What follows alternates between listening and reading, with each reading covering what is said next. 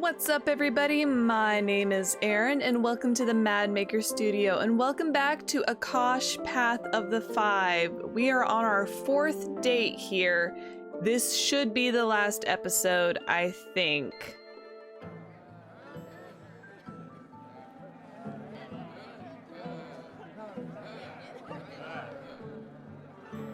Another day closer to the big meeting with the humans, and here we sit, arguing in circles yet again. The elders agree that we must talk to the humans in order to break the cycle of oppression and violence between our people, but that is where their agreements end.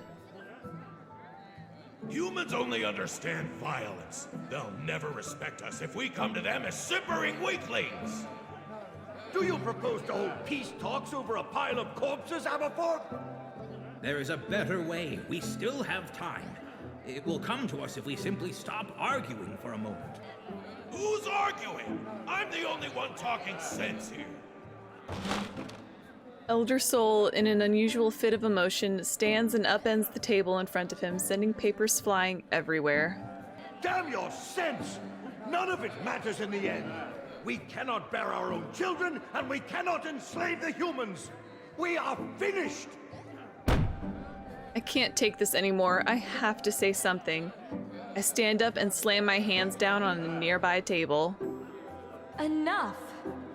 Elder Soul, I understand your frustration, but this childish display solves nothing. Elder Soul falls silent, shaking his head as he takes in the mess of papers on the floor in front of him. That's as may be, but unless you have a solution to this predicament, I suggest you spend your time researching rather than chastising those older and wiser than you, child. Actually, I may have something. I've been having these strange dreams. Girl, this is serious. We don't have time for your... I am deadly serious, Elder. Please just listen. Amazingly, Elder Aberforth seems to give in. He shrugs his shoulders and takes a seat, waving his hand toward me. Go on, then. Thank you, Elder. As I was saying, I've been having these bizarre dreams, and they've always been centered around this necklace. And so, I think the keys to saving our race are here in this necklace. And the goddess. Something is different about her now. It's like she's been awakened, almost. I know there's something here that can help us, if we just try. A silence falls over the hall. Perhaps it's true that this will change things for us. But can we gamble our peace and way of life to find out? The elders murmur in agreement. Perhaps if there was more time, we might be able to research this. But to chance our people's survival on visions that we've not been able to divine the meaning or significance of... If there is any significance or meaning to them at all. The uneasy silence resumes. No one knows how to proceed. Just then, a small voice pipes up from the back of the room. Tea? Elder Glenn's grandchild, Hyacinth, dressed in apprentice's robes and carrying a tray of tea, steps forward. The child sets the tray down and bows deferentially to our gathered company. Tea does sound wonderful right now. As I look over at the tray to see if it includes any sweets, I see something that makes my heart skip a beat. A female child. Silence permeates the room. No one can even begin to react. Hyacinth! What's wrong, Grandfather? Elder Glenn runs toward his granddaughter, then stops short, unable to believe what he's seeing. The change! Today! I hadn't dreamed. The girl raises her hands and looks at them, turning them over and over, as if to make sure everything remained intact. She looks at her grandfather, who lets out a great sob before scooping her up and weeping into her hair.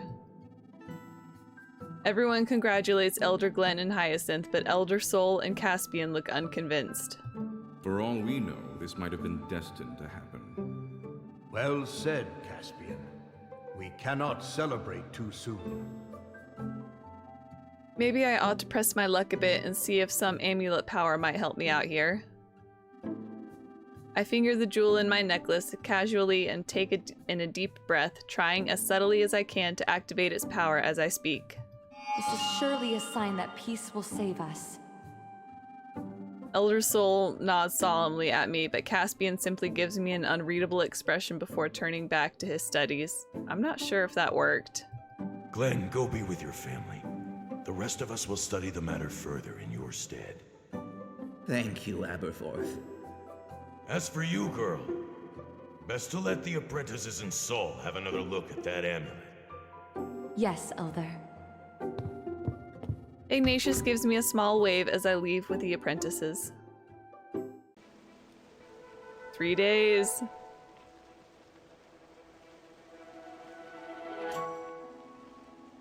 I'm floating in the reflecting pool by the goddess statue. I was so stressed before, but I've never felt more at peace than in this moment. The water is wonderful and warm. It's almost as if the goddess herself is cradling me in her arms. She whispers soothingly to me, "Rest, my child. Now my work begins." I walk through the village square, feeling more refreshed than I have in the last few weeks. I know I should be nervous today, maybe even terrified, but I can't shake this feeling that everything's going to be alright. My trip to the council hall is markedly different this morning. There's music and laughter coming from one of the houses on the way. I'm gonna investigate. I know I should hurry, but I've just got to know what they're celebrating in there when the rest of the village has been so tense. I walk up to the house and knock on the door. Well, I just thought you were gonna just, you know, walk by the window and listen. I didn't think you're actually gonna walk into the house. A decidedly paternal fire elemental opens the door and laughs joyfully when he lays eyes on me. How wonderful! Are you here to share in the good news? What good news? The elemental sweeps me into a crushing hug and laughs uproariously. My daughter! I have a daughter! Oh shoot, it's like season 3 of Korra, when all the airbenders came back. All the women have come back. I peek over his shoulder inside the house. I can just make out a small elemental girl surrounded by well-wishers. I'm really happy for this guy, but I can hardly breathe. Congratulations! That's really wonderful. I'll let the elders know the good news, but I've really got to go. Could you put me down? Right. Here, at least share our joy with the council. He presses a fruit basket into my hands before sending me on my way again.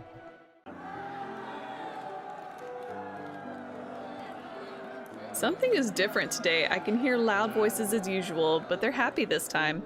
The sight that greets my eyes is a stark contrast from the past 2 days. The elders are chattering excitedly with an infectious, almost youthful spirit.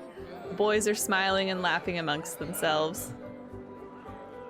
No one notices me for a few moments, but once I approach the gathering, everyone falls silent.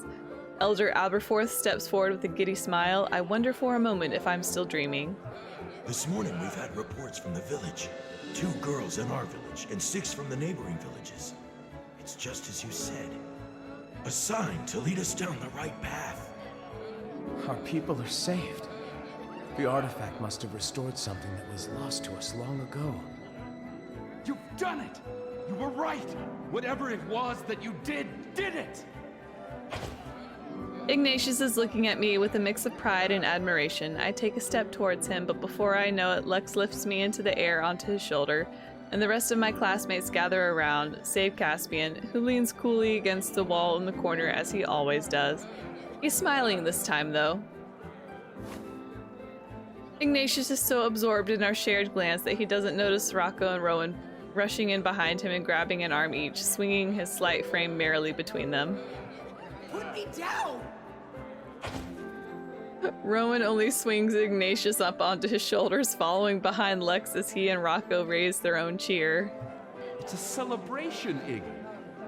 Don't be a killjoy. Let me go! Fortunately for Ignatius, the impromptu parade doesn't last long. Caspian wrenches Ignatius from Rowan's grasp, deposits him on the ground, and then squeezes Rocco and Rowan into a hug that seems less celebratory and more subduing. Shut up and enjoy this moment, friends. Now safely out of Rowan's grasp, Ignatius and I lock eyes across the room and share an intimate smile.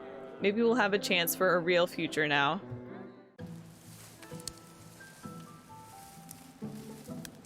The march to the meeting place is almost like a parade. My classmates struggle to contain their giddiness, the elders try to keep their expectations in check, but no one can shake off the miracle we've just witnessed. Rocco is humming under his breath the whole way, and not even Ignatius has the heart to tell him to knock it off.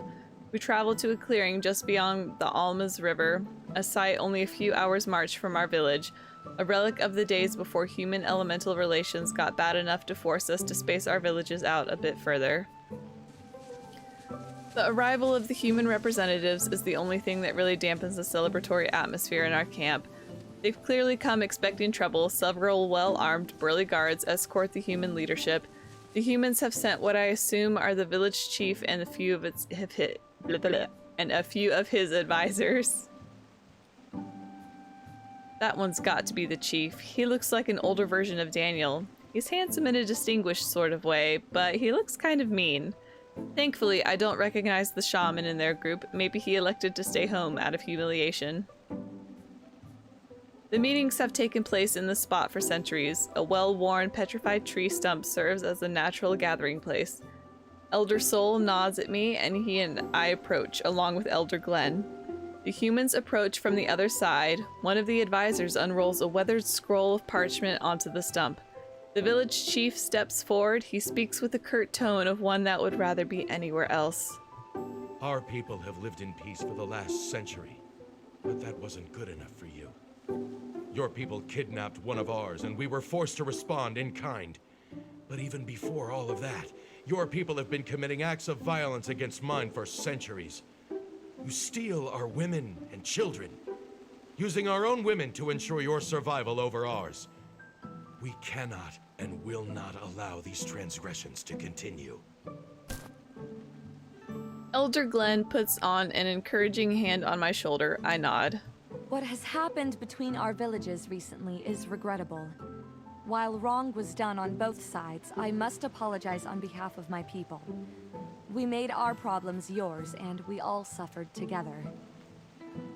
The chief seems quite taken aback, whether it's my apology or the fact that he's being addressed by me instead of one of the elders, but he shakes it off and presses on. That's a nice apology, but you can't possibly expect us to renew the old agreement in light of everything that's happened.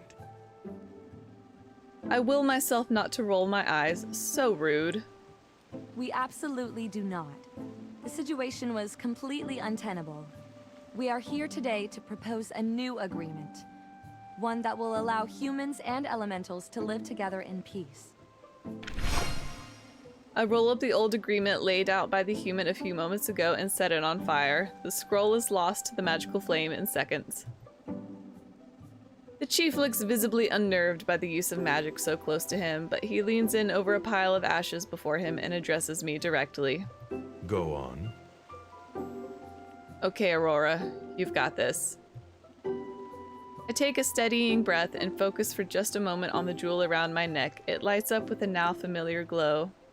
This artifact we reclaimed from your shaman has the ability to suppress elemental magic, but more than that, it also amplifies it. We no longer have need for humans to carry on our race.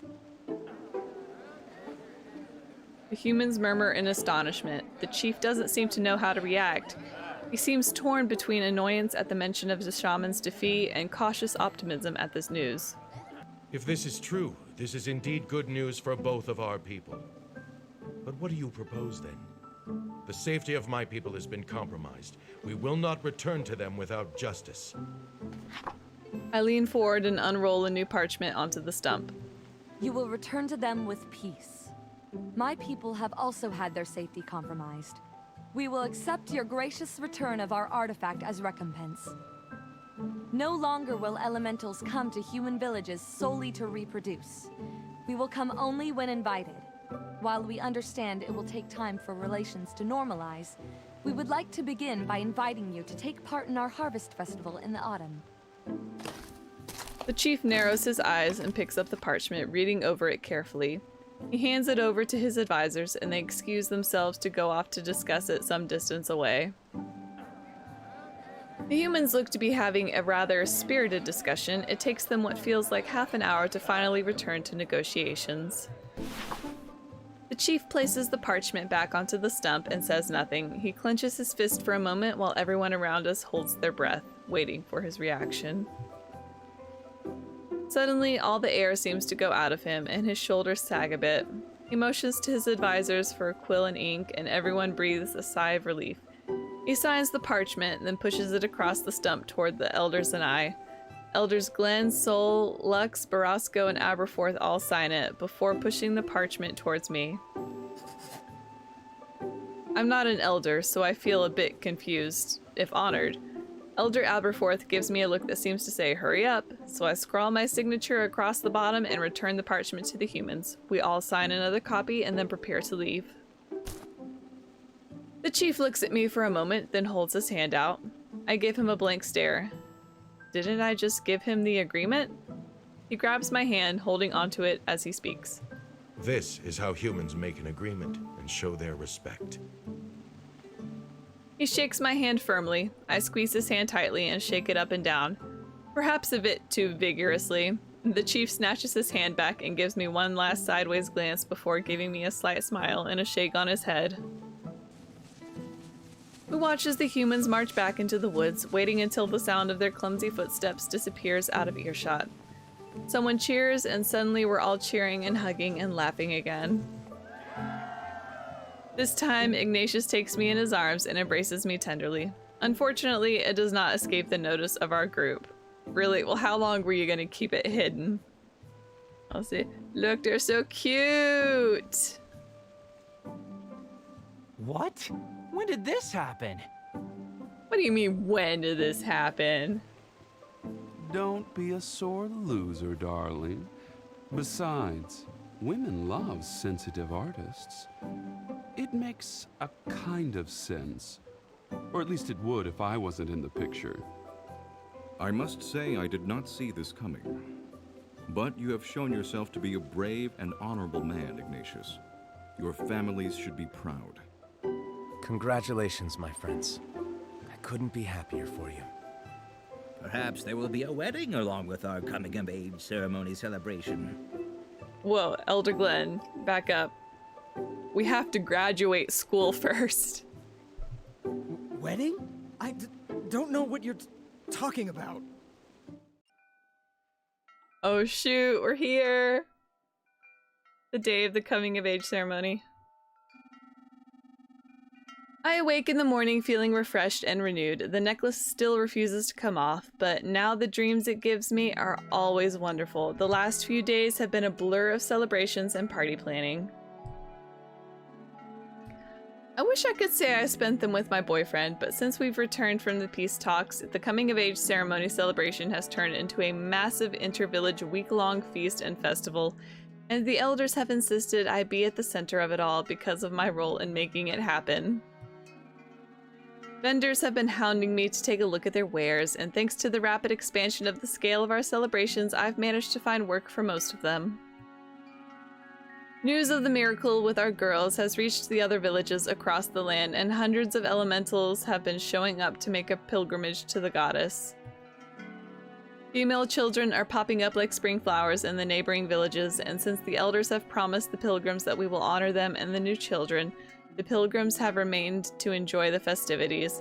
Elementals do not fight amongst themselves as often as humans do, but still, I had never seen such unity and contentment between our villages.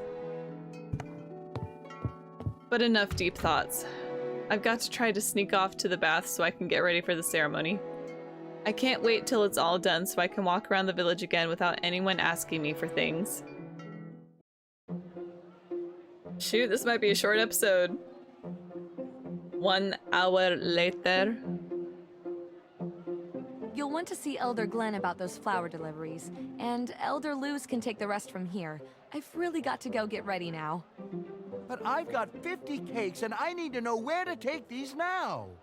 I'm so sorry, sir. I don't have the plans on me, and Didn't you hear the lady? Go find Elder Luz. She has a ceremony to prepare for. Off with you! Thanks, Sweet William. Oh, God. Sweet William grabs me and pulls me inside the shop, leaving the vendor standing outside.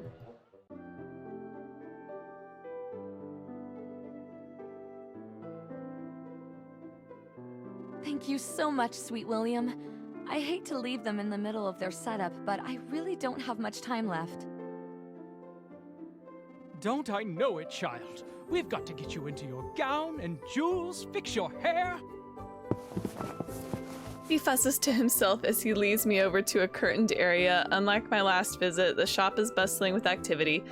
Assistants scurry about with bolts of fabric, needles, and strange instruments I'm not familiar with. 2 of them help me into my dress. I've never worn a garment that needed other people to help me get into it. I could get used to this, though. Are you finished back there? Yes, sir. Just a few finishing touches here and there. Boy, that dress is perfect and you know it! Just one thread here. How dare! What is it with these masters just berating their apprentices? Clearly they have passion for their job and they enjoy their job. Don't make it miserable for them. And there we are. Out of my sight, you ungrateful thing! As if I would ever send out a creation that was less than perfect! Come now, Sweet William, let the boy live. He's just doing what you taught him. That dress is perfect, and I won't hear otherwise! Stop your grumbling and help me with her hair. The assistants bustle about, bringing Zircon and Sweet William hairpins, brushes, and jewelry. Once my hair is finished, Zircon sets about putting the ceremonial armbands, bracelets, and necklaces on me. The necklace is thankfully short enough that the artifact doesn't cover it up. Okay, yeah, I was wondering about that earlier. This ancient necklace was not ideal, but it really completes the look, doesn't it? It does. Zircon and Sweet William take a moment to study me, both dabbing at their eyes in turn. Your finest work. My finest work. For goodness sake, can't you turn off that ego for one moment? Yeah, you gotta compliment back. You're a team. All right, Zircon, our finest work. Are you ready to have a look, my dear? Oh my gosh, yes, I'm so excited. Yes, please. Sweet William leads me over to a nearby curtain and pulls it aside with flourish, revealing a full-length mirror. My reflection stuns me for a moment. My mind has been filled with so many other things I'd forgotten about my dress and the jewels, and now, very soon, I'll be starting the rest of my life as an adult. Oh, look at us! Oh, she's got a ponytail. I love that. Oh, I love it. I look down at the gray skin of my hands, memorizing the look of them for the last time. Oh shoot, that's right, we gotta pick an element to be.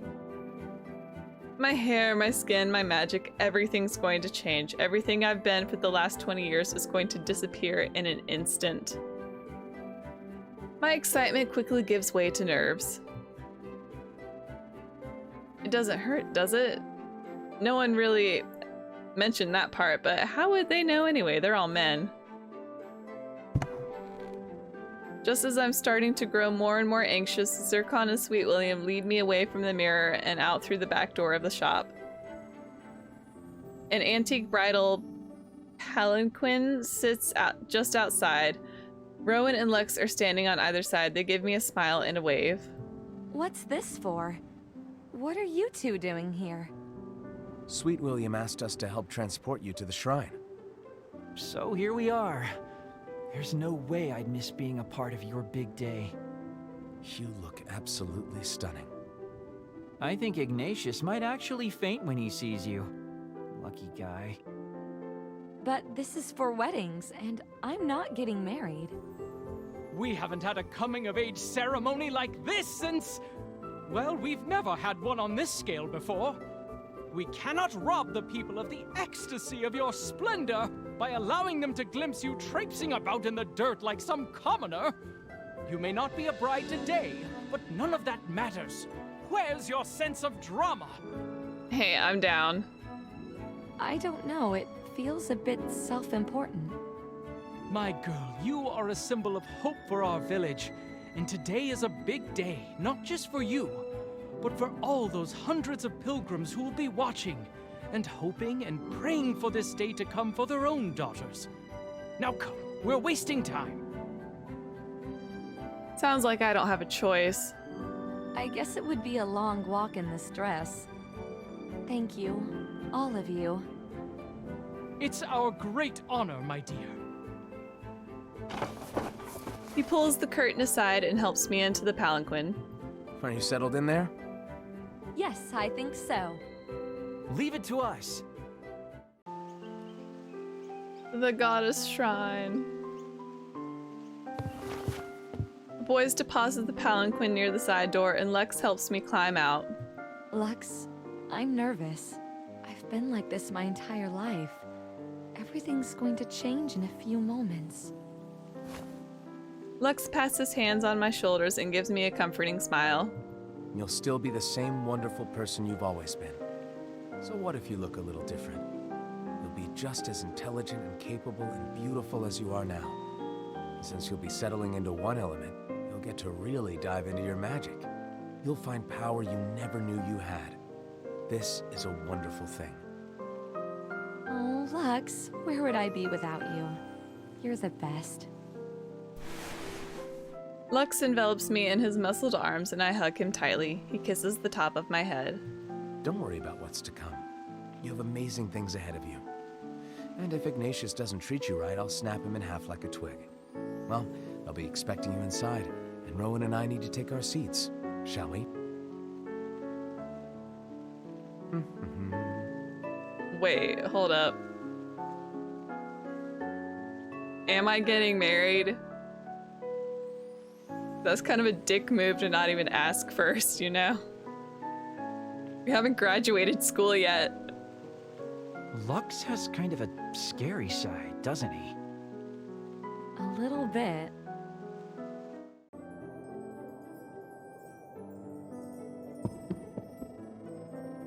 As the three of us enter the shrine, Rowan and Lex take their leave of me and hurry off into the main room. One of the elders' apprentices hurries over to me. Oh, you're just in time. We'll be starting quite soon. If you want to just have a seat here, we'll call you in when we're ready. Great, thank you. Just as I'm about to sit, I see my papa peeking through the curtains. Is my sweet girl in here? Papa! Oh, there she is. He hugs me tightly, then takes a moment to study me. Tears fill his eyes. Oh, Papa, please don't cry. I can't help it. You just look so beautiful. I'm so proud of the woman you've become. If your mother could see you today. Mama would be so proud of you too, Papa. Our village wouldn't be where it was today if you had treated me like some fragile thing to be locked away and protected. Where are all these people's moms?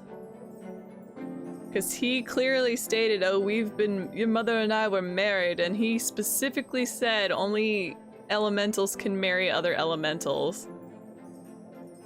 What are their lifespans here, okay? No need to thank me for something like that. It's my job as your father. Now, I don't suppose you're going to let your papa know which element you've chosen. Sorry, Papa. You've got to wait and see with everyone else. I give him a cheeky wink. They can dress you up in the finest clothes and jewels, but no matter what, you'll always be my little girl. He kisses my cheek and I can feel the tears already. Oh, Papa, don't carry on so. This is a happy day. I know you're right. They're happy tears, I promise. Just then, Elder Glenn's granddaughter Hyacinth enters the room dressed in special ceremonial robes. She gives me a respectful bow, then beckons to me. I return the bow and Hyacinth gives me a shy smile. I smile at her and look back at Papa one last time. Go on then, sweetheart. I've got to find my seat. He hurries out ahead of us. It's time. Yes. My stomach is doing flips. I take a deep breath and do my best to think calming thoughts. When we enter the ceremonial hall, I see row after row of elemental spectators. Hundreds of pairs of eyes are all on me. I've never even seen this many people in one room before. No, stop thinking about that. Let's focus on something else. Where's Ignatius? As I near the front of the room, I see Ignatius seated amongst my classmates. His handsome face is a relief to my panicked eyes. He looks almost as nervous as I feel, oddly enough. His gaze darts around the room and he fidgets with his hands nervously. Rocco elbows him in the ribs and points in my direction. As soon as our eyes meet, his face turns bright red. I give him a small smile, but it only seems to make things worse. Rowan throws his arm around Ignatius' shoulders and whispers something to him. Amazingly, Ignatius doesn't shrug him off, he just nods. I make my way up to the altar in the front of the room. Elder Glenn gives me a proud smile as I approach. Hyacinth takes her place by his side. Water. Fire. Earth. Wind. Light. With our powers combined. With your powers combined, I am Captain Planet. As he mentions each element, our village elders focus for a moment, and then shoot a beam of their respective elemental magic into a jewel set in the altar until the jewels are all glowing and humming with magic. Most of us are born into our elements, but you have been given the gift of choice. Have you reached a decision? Yes. I nod. Then please kneel. I wonder what would have happened if I said no. Oh well. I kneel before the altar on an ornately decorated ceremonial cushion. I put my hands together and bow my head in concentration. Elder Glenn begins to chant the words of the ceremony, old magical words that I can't quite understand. His incantations echo throughout the chamber and bounce through my skull. I shut my eyes tightly and try to empty my mind of everything but the elder's words. Rainbow-hued beams of light emerge from the jewels and envelop me. I can't see anyone else in the hall anymore. It's just me in the middle of a spectacular light show. Finally, the lights dissipate. It's done. I rise and turn to face the hall. Fire. I'm a fire elemental now. Okay, I was half expecting of like, okay, you gotta choose again, and then how funny would it be, or not funny at all, that if you were given all these elemental choices, you were on the Ignatius route, and then you were like, I'm just gonna be a water elemental. But this is nice. It takes it away, like it shows that you were on a path. And look, I love the red hair. We're so cute. As the hall erupts with the cheers of hundreds of elementals, Ignatius looks at me as if he and I are the only ones in the room. My stomach is doing flips again, but this time it's because of him. Is that it? Don't we get a final character art with a boy?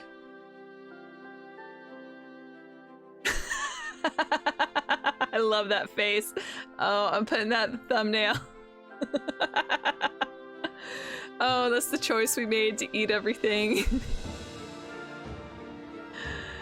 What's with this chibi artist? Like the actual best. That's a grumpy girl and a sleepy boy. Of course he dabs. Yes. Oh, these characters are vibes. Perfection. Oh my gosh. Well, what did you guys think of the game? Okay, so I've been trying to make these, you know, like 90 plus minutes. I didn't expect this to end this quickly. So I think what I'm going to do is after the credits finish rolling, I'm going to get on all of my socials and ask my friends to just vote in a vague poll I'm just gonna list the elements except fire, because I've already done an Ignatius route. And I'm going to see what gets the most votes. And then I'm going to come back to finish out this episode to be that longer length, and I'm going to do a speed run of another character route. I really enjoyed this game. It was so cute and adorable. Oh, we get an epilogue later that night.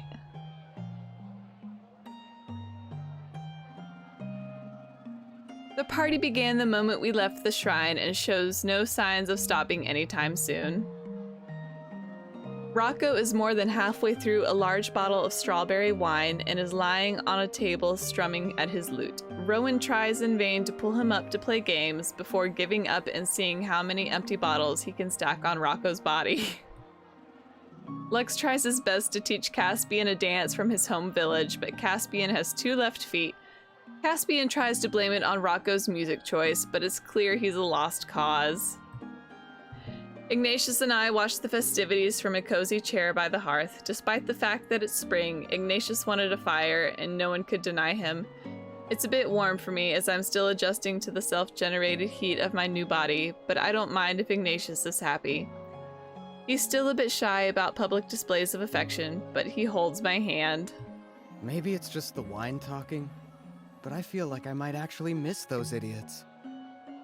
We grew up together. I'd be surprised if you didn't. Besides, no matter what you say, I know you're just a big ol' softie. Yeah. I could start calling you Iggy if you want, for old time's sake. Don't think just because you're cute you can say whatever you want. You think I'm cute? Both of us know you're cute. Don't play dumb. It's just nice to hear you say it. Oh yeah?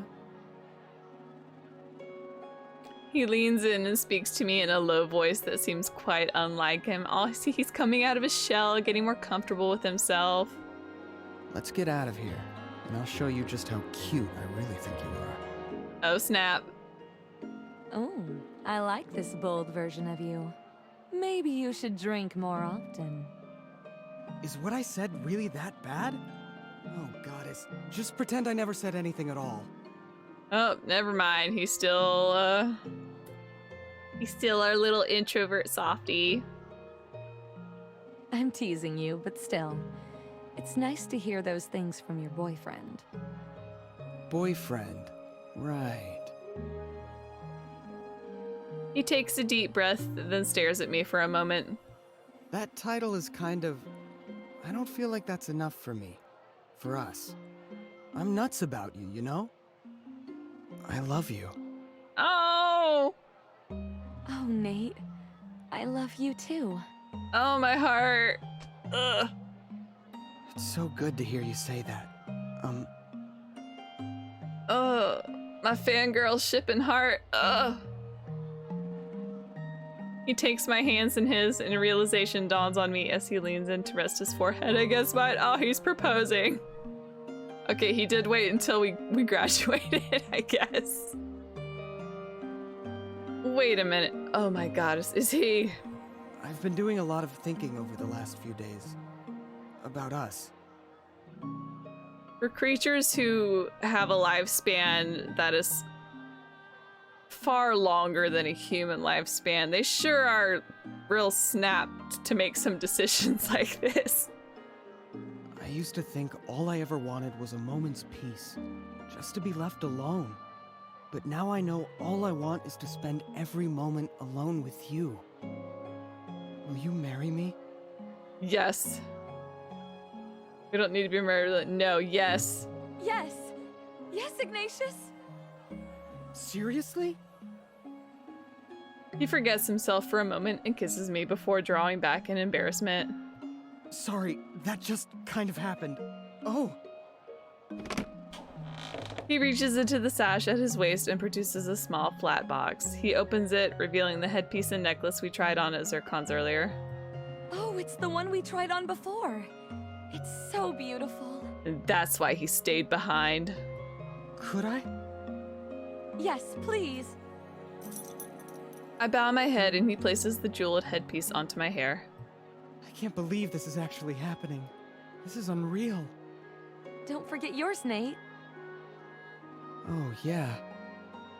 I wonder if like all our friends knew he was going to propose. He leans forward and allows me to lower the necklace over his head. It looks so wonderful on you. I'm so happy, Nate. I can't wait to start the rest of our lives together. Me too. Oh, you're so cute. Oh, look at him. Oh, my heart can't take the feels. Bean. Oh, that was so good. Oh man. Okay.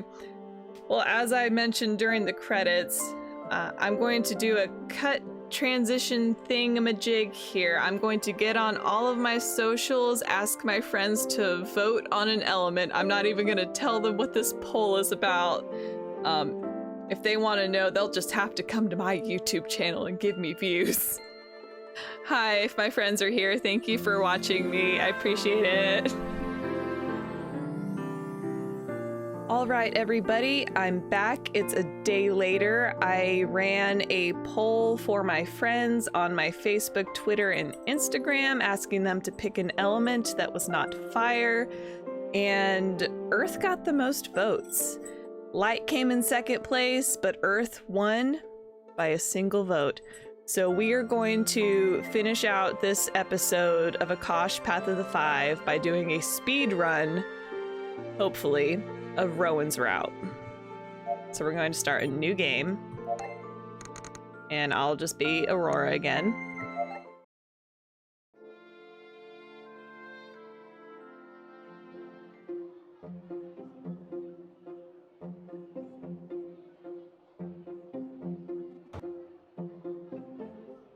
Okay, whoops.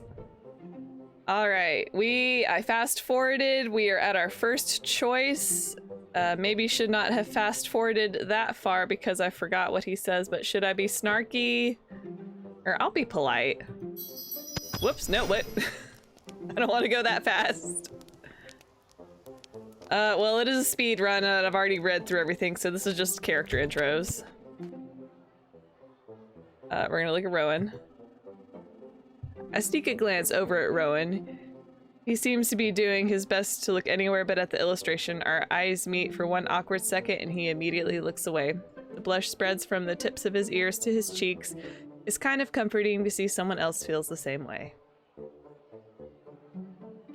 Physically, female elementals and human we're at this part. are extremely similar, but the coupling of a male and female elemental is different in many ways. I'm gonna shut him down hard. I think I messed with him last time, but I'm gonna shut him down hard. My hand flies out before I can even think about what I'm doing, striking him squarely across the face. Rocco slowly brings his palm to his cheek, stunned. Do you have any idea how humiliating it is to be singled out like that in front of everyone? Objectified by an entire village? Held up as nothing more than a means to create children? Oh, but this is so funny to you. I'm just another potential conquest for the great Sirocco. Okay, now this response is interesting because I am very curious about Sirocco's route. Again, don't know if I'll go through playing it on, on screen, but I'm wondering if this response is something that, makes him think. Because all of these characters, no matter how horrible they may be, except Ignatius. Ignatius is the best. I want him to have a redeeming quality, like a redeeming arc. So I think this might be for his route particularly because it makes him think. But I don't know, I'm just speculating. We're on a Rowan route. I grab my things and leave him there rooted to the spot. Ignatius hurries after me into the hallway. I've been wanting to do that for ages. Nice one. Oh, I should have done that for the Ignatius route. Oh, that's okay. We get to look at our boys some more. I make my way over to Rowan's door and knock. Just a minute. He sounds out of breath. I hope I'm not interrupting something. He opens the door, completely covered in sweat. His face falls as he sees me. His cheeks are already flushed with effort, but I think some of it might be embarrassment. Oh, sorry. You caught me in the middle of my training. I'm sorry if it's a bad time. I just needed some help with something. At the mention of the word help, he seems to shake off his embarrassment. He flings the door open and gestures to a stool. I always have time to help a classmate. Come on in, have a seat. Actually, would you mind walking with me briefly? I can explain on the way. Rowan grabs the towel carelessly draped over the foot of his bed and wipes his face with it before slinging it over his shoulder. Lead the way.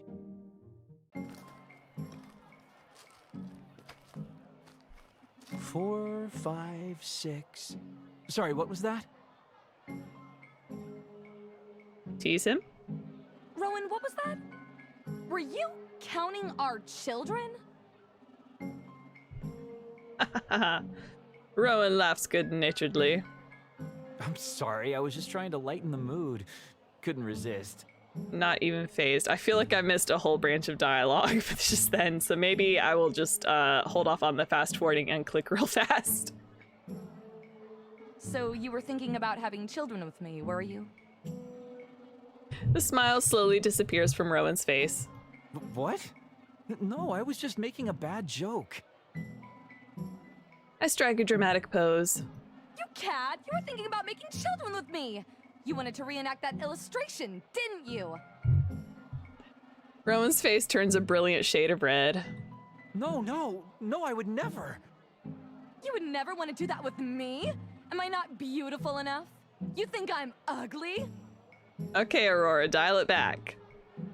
No, of course you're beautiful. The prettiest. Ouch!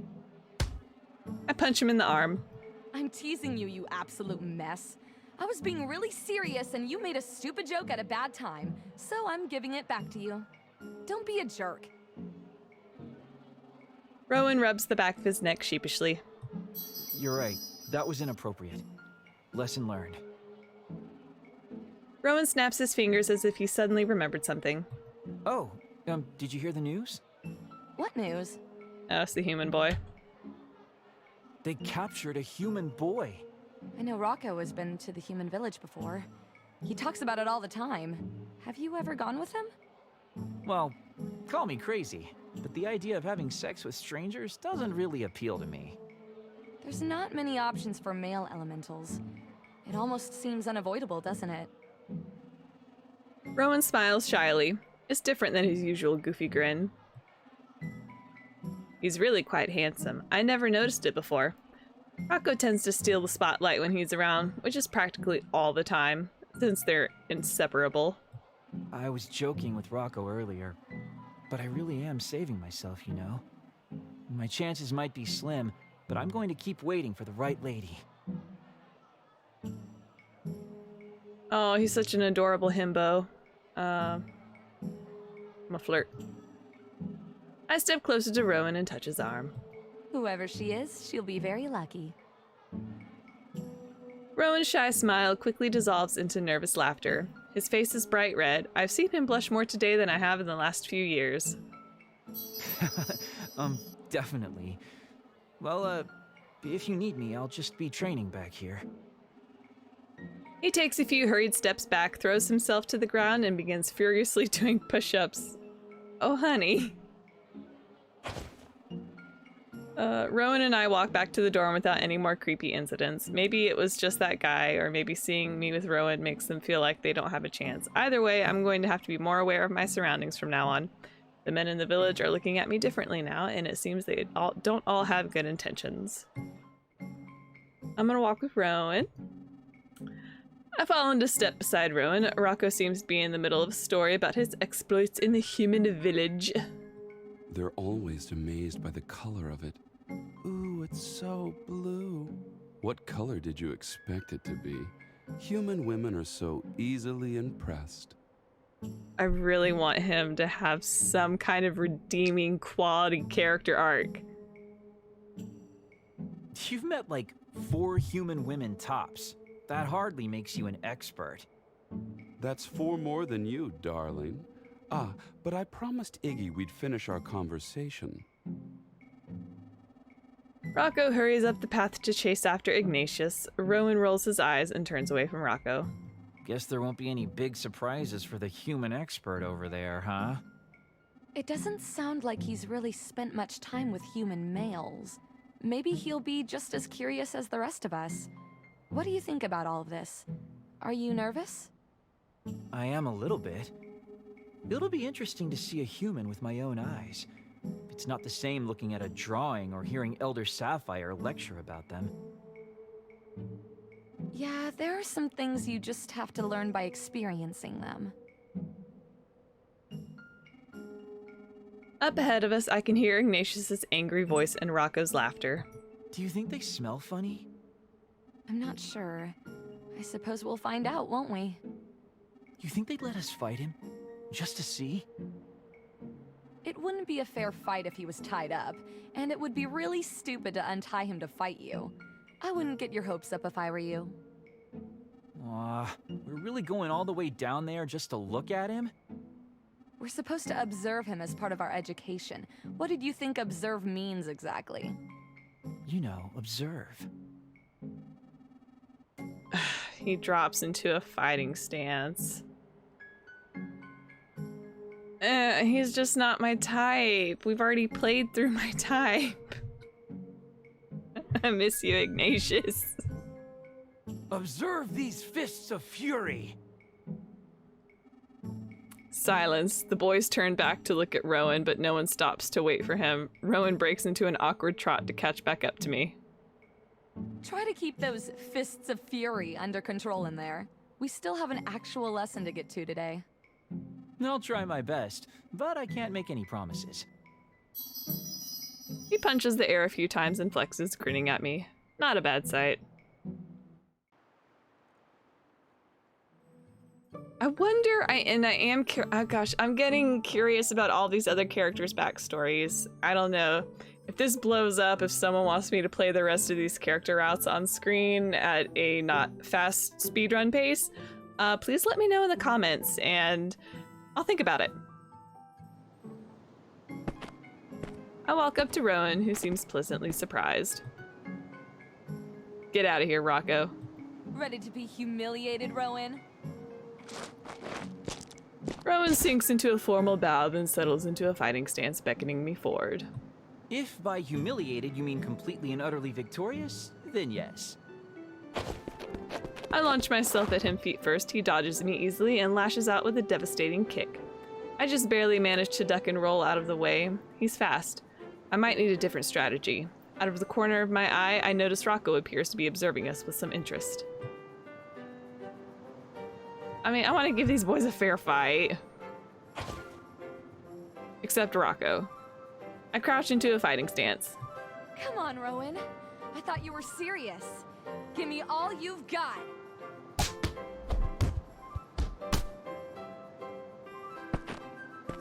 Panting, we both circle around each other. You've gotten a lot better since the last time we sparred. I'm gonna have to train harder. Truce? Hell no. Truce. Okay. We bow to each other. Okay, so we were evenly matched. I want to get married. Let's talk about Rowan. Rowan, as I drift off to sleep, he's the last thing on my mind.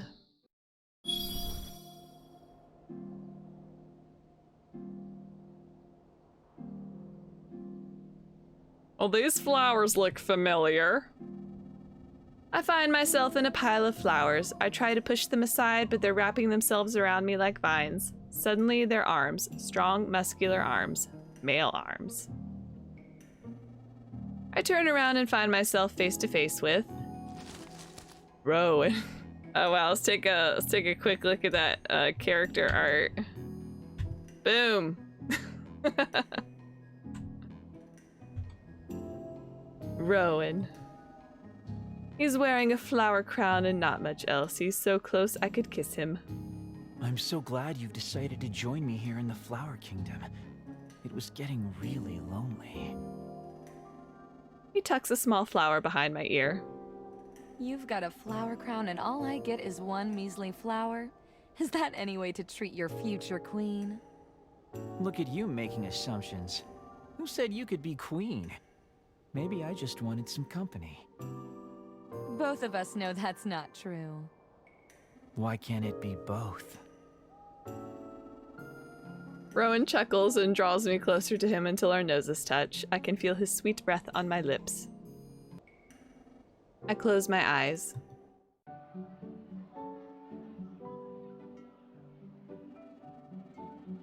I awaken with a start. No flowers, no Rowan.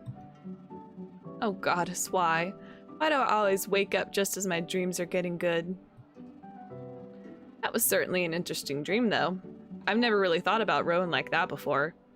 But he's cute and pleasant. And that body. Guess I better get up and get going. Should I joke? He seems to like jokes. I toss my hair over my shoulder and strike a dramatic pose. I can't say I blame them for wanting to be a part of all this. Yeah, the other day when you were stuffing your face with sweet rolls, there was this moment where the sun was shining on you and it illuminated the crumbs on your face just so. And I thought to myself, wow, Rowan, there sits the future of our race. You damn right. I wasn't stuffing my face. I was thoughtfully sampling pastries in consideration of my coming-of-age ceremony. As the future of our race, I have a responsibility to make sure I throw the greatest party this village has ever seen. Looked like you were just mindlessly smashing food into your face. You've got to forgive a simple guy like me for being confused. I don't know much about these things. Rowan seems to be looking past me. I turn around to follow his gaze and see some of our village warriors headed in the other direction. They're heavily armed, which is unusual to see in the middle of the village. They must be headed to where that human boy is being kept. I wonder what they're going to do to him. I hope they don't hurt him. What are you so worried about him for? Don't you think he'd kill scores of elementals if he had the chance? I'm not gonna walk it back. I'm gonna double down on my opinion. He didn't look like he was capable of hurting anyone with that baby face. Baby face? You can't be serious. Almost kind of looks like your baby face, Rowan. You don't think he was cute? I wasn't really looking at his face. I was too busy, you know, assessing the threat he poses to our village. Rowan!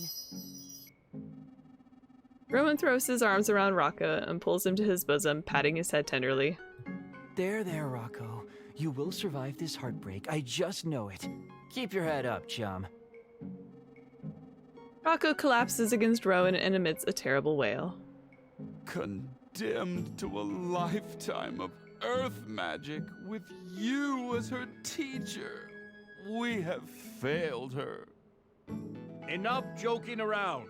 Class is still in session. The poor girl doesn't need any more pressure from the lot of you. He places a large hand on my shoulder and gives me an awkward pat. I think he means to reassure me. It's rather sweet. The real choice is in less than 2 weeks. Try to keep an open mind as long as you can. Thank you, Elder. I will. As for the rest of you, we'll be practicing elemental defenses again today. Ignatius, you'll be with Lux, and Caspian, you'll be with Sirocco. Rowan and I find some space in the corner. So what made you choose me? What's a dumb answer? Yeah, he's a sweet himbo. I'm gonna be sweet. I've always been impressed by the way you handle yourself in our magic lessons.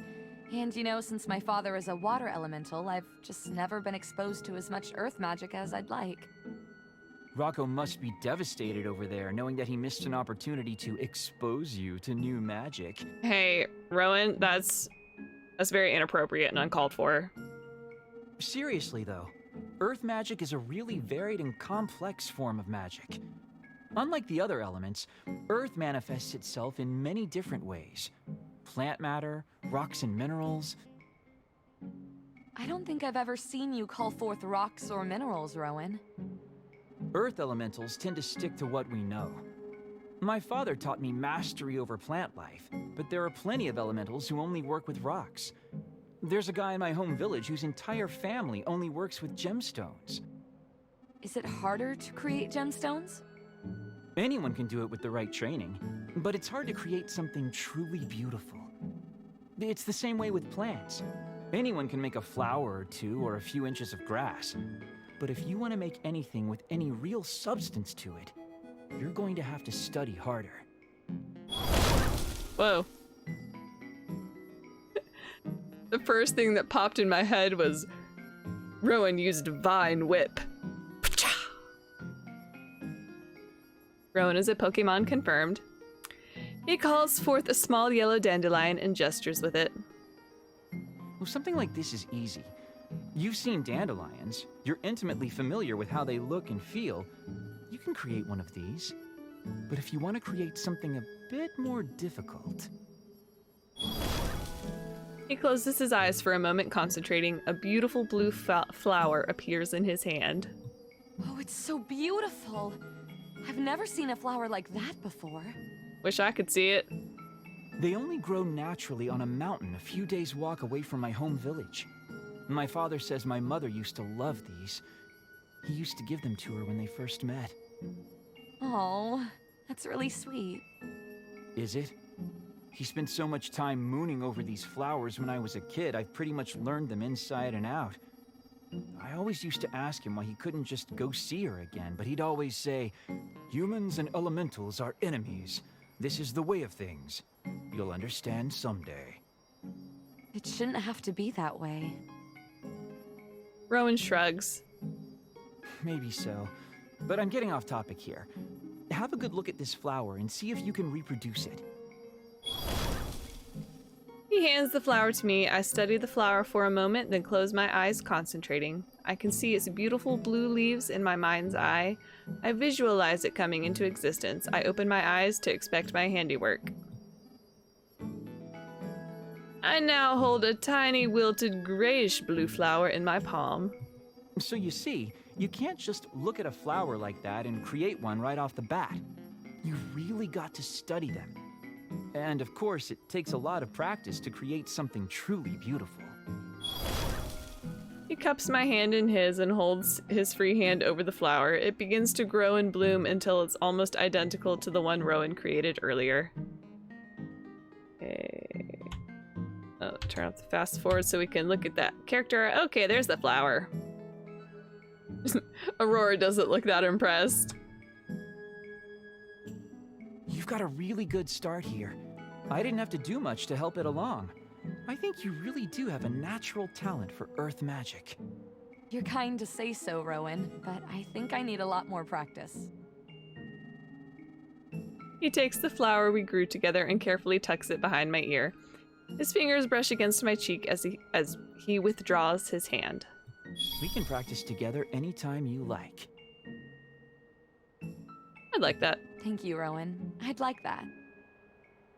I look forward to it.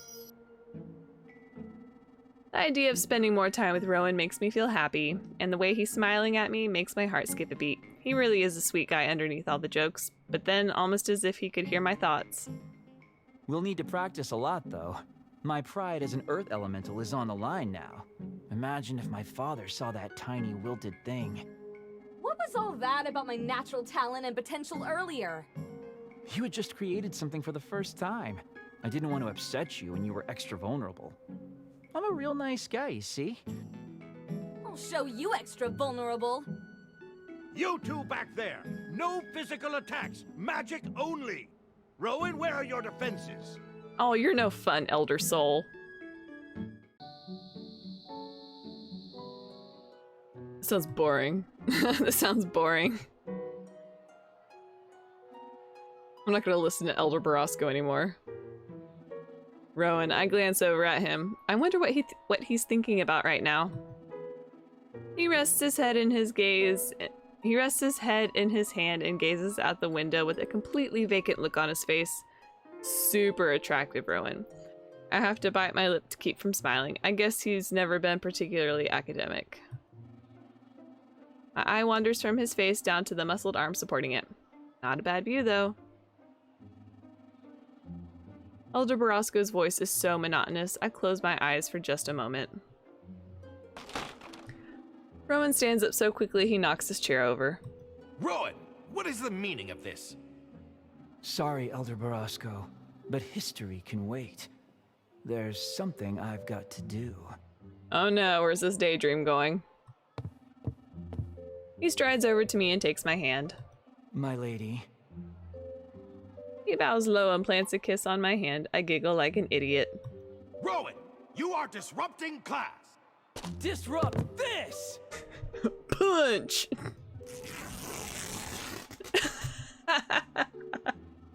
Not expecting that. He jumps onto his desk and tears his shirt off, sending shreds of tattered fabric all over the room. He strikes pose after pose, flexing like a madman. It's a glorious sight. I can't help but drool a little. Oh no, he's a Johnny Bravo! My eyes fly open and I awaken with a start. I really was drooling. How embarrassing. Miraculously, Elder Borrasco doesn't seem to have noticed. Once he gets going, he really gets into his lectures. I scrawl some notes to keep myself awake.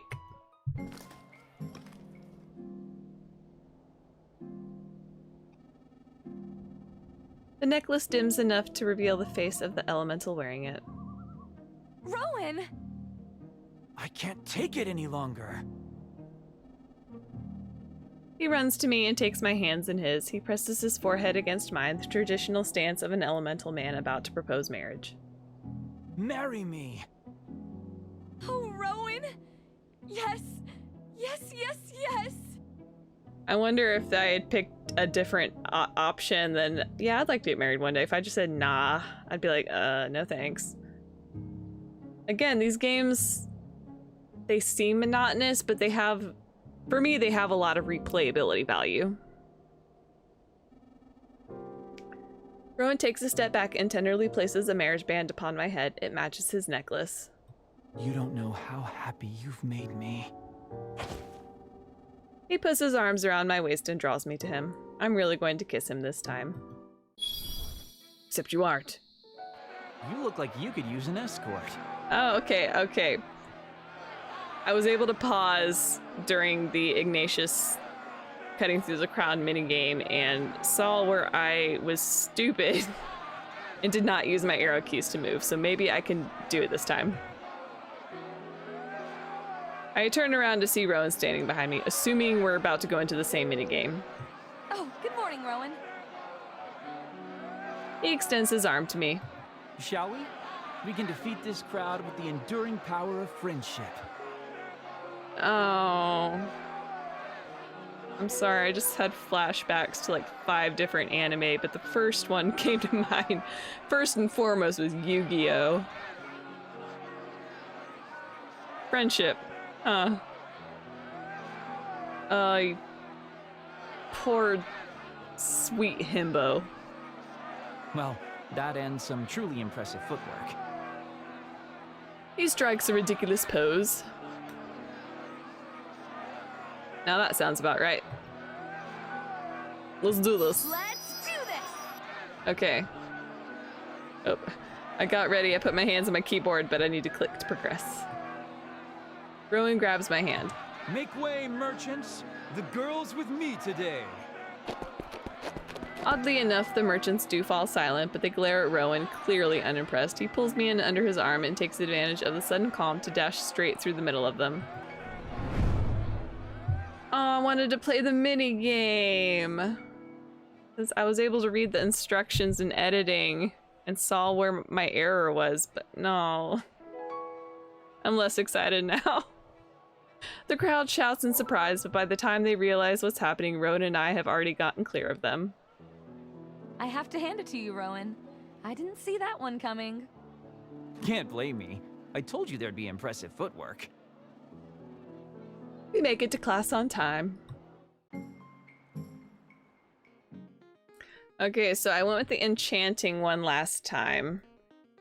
I really like the timeless one because I get cold real easy. And now looking back, I think that would have looked really nice up next to Ignatius.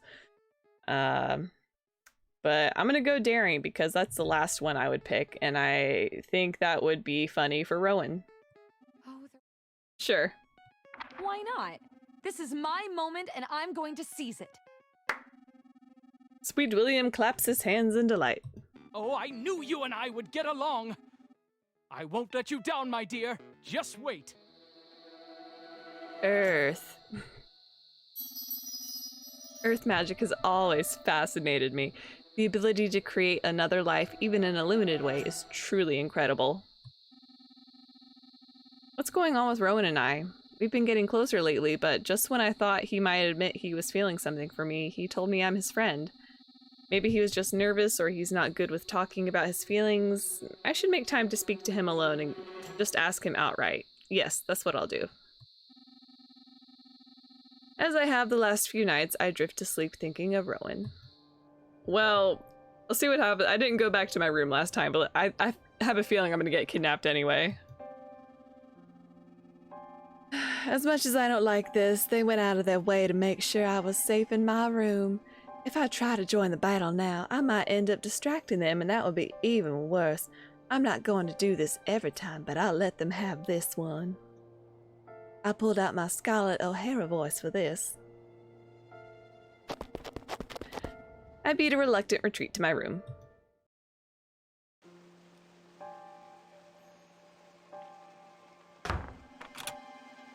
I run all the way through the deserted village and back to the student quarters. I slam my door shut and lock it before taking a few steps back and crouching into a fighting stance.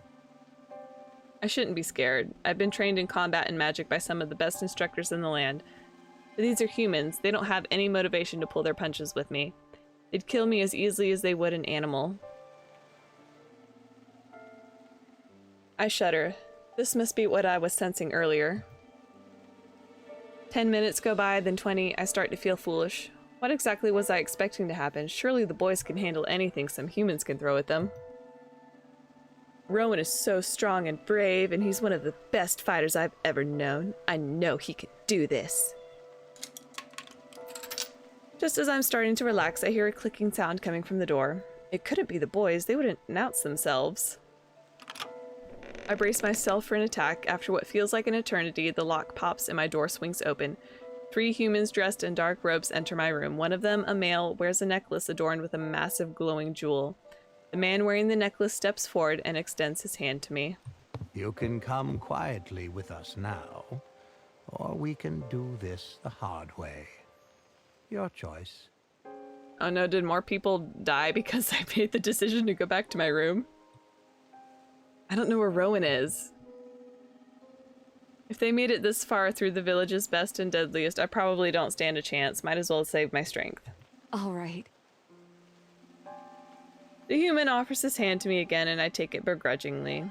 He laughs, a harsh, chilling sound. Whoa. And before I knew it, the room begins to spin around me. Darkness overtakes me. If I wake up in this cell and I'm alone, I'm gonna be upset. Oh, there he is. I clap my hand over my mouth to keep from making a sound. Rowan is in the cell next to me, and he looks really awful. He sustains several bruises, and he seems to be either asleep or unconscious. Please just be sleeping. I decided to chance a whisper. Rowan! No response. Did you say something? Just whispering an elemental prayer, sir. Well, keep it down in there! Rowan's close enough that I could reach out and touch him. I'm gonna touch him. I reach my hand through the hole and gently stroke his hair. Poor Rowan, you never deserved any of this. He stirs for a moment but does not open his eyes.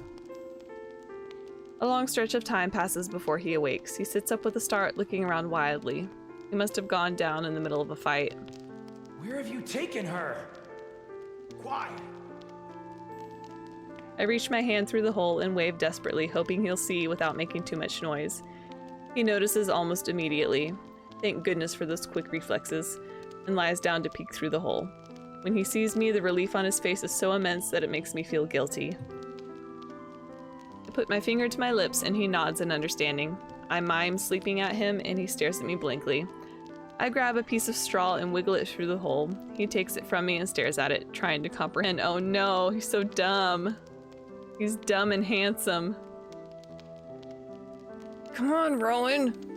I bite my tongue to keep from sighing at him. I back away from the hole and fluff my pile of straw like a pillow. He quickly does the same and lies down with his head pressed up against the hole. He taps his ear and points at me. When I press my ear to the hole, he cups his hand around his mouth and whispers to me. Are you all right? Well, I'm all right. But what about you? What have they done to you? When we got away from the village, they hit you over the back of the head. So I lost it on them. They didn't like that. Rowan, I'm so sorry. Don't be. I'd do it all over again for you. I'm sorry I let you down. Things never should have gone this far. I shouldn't have let them take you. No, Rowan, I'm the one who failed you. I'm supposed to protect you too. And here we are now. If we get out of this mess in one piece... He trails off, embarrassed. Touch him! I reach through the hole and brush my fingers against his jaw, and he presses my hand to his cheek. His lips brush against the palm of my hand, and I want so badly to kiss him. We lie there like this for a few sweet moments. We should get some rest so we can make a proper escape. He takes my hand in his. The cell is uncomfortable, but his warmth helps put me at ease. We fall asleep holding hands through the hole.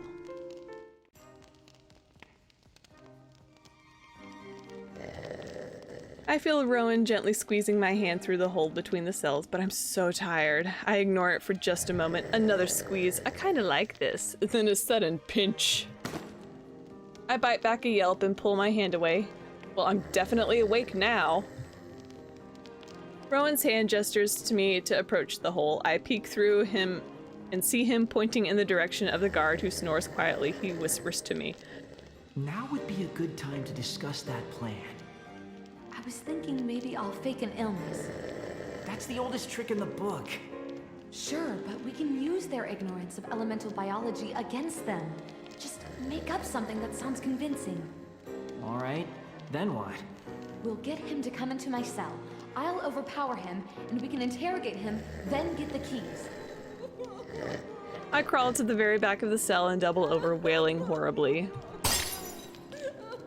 Rowan grabs his food bowl and smashes it against the cell bars. The guard jolts awake, nearly dropping his spear. Help! Someone please!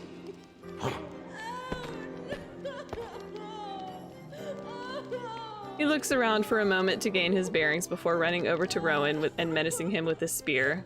Cut it out before I break your hands! Sir, please! She needs help!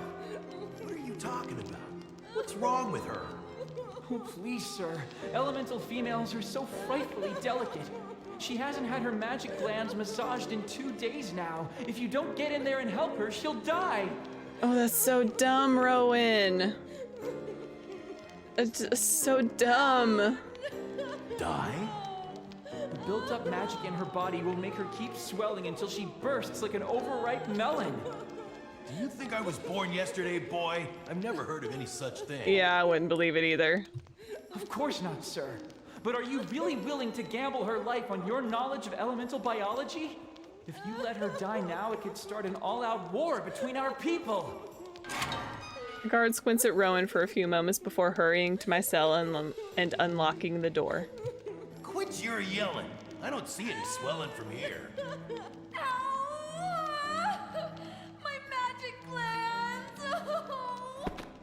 The guard moves in closer, clutching his spear awkwardly. He seems a bit nervous. The glands are just under her chin, sir. You'll have to get in there and massage them yourself. The guard takes a few more hesitant steps into the cell and steps over my body, trying to better look at my chin. He leans his spear against the wall in the corner of the cell and crouches down in front of me. Just, move your head a little. Yes, please stop screaming. I slowly untug my head from my chest, giving the guard access to my chin. He frowns. Looks pretty normal to me. I snake my hand out and strike a quick blow to his temple, knocking him over. I jump to my feet, grab his spear, and hold it to his throat. He holds his hands up in surrender. Careful with that thing! Let's not do anything we can't take back. I press the tip of the spear against his throat just hard enough to prick the skin. A drop of blood trickles down the side of his neck. You're not in any position to tell me what to do. Oh dang, she got real mean, like twice as mean as the last interaction they had. Take it easy. He can't answer our questions with a hole in his throat. Oh, this is different, because before I was like threatened to kill him or threatened to hurt him for roughing him up. I don't think Rowan would like that. I'll threaten him. I suppose you're right. So here's what we're going to do. I'm going to take your keys and get out of here. And then I'm going to lock you in the cell. If you answer my questions, I'll leave you the key. If you don't, I'm going to lock the cell door and the door outside. And then see how long it takes them to find you. What kind of toothless threat is that? They'll find me in a few hours. That's enough time, man. Goodness, you're right. What a shame. I guess I'll have to kill you after all. Whoa, Aurora, dial it back. What is this new mean girl persona? I lift the spear high into the air and make as if to plunge it into his chest. Wait! Oh, Tom! I point the sharp end of the spear at his throat again. Tell me how they're suppressing our magic. We found this necklace in some old elemental ruins a while back. Our shaman figured out at some point it can be used to interfere with elemental magic. We don't really know much else about it, though. Where can we find this necklace now? The shaman never seems to take it off, so probably somewhere in the temple. And just where is this temple? It's on a hill at the north end of the village. It's pretty obvious. You're going to have to do better than that.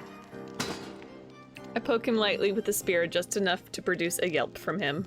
Sorry, please. It's a huge blue building. You can't miss it. Columns and a great flame that never goes out. You'll know it when you see it. Thanks. You've been super helpful. What happens now? You'll have to ask someone else. I bring the spear butt down onto his head, knocking him out. I never knew you had that in you. I didn't either. Oh my gosh. I was never going to hurt him that much, but he didn't need to know that. Seriously though, swollen magic glands? Gross. Hey, it worked. I bend down and grab the keyring from the guard's belt. A few moments later, I find the right key and spring Rowan from his cell. We contemplate the unconscious guard before us.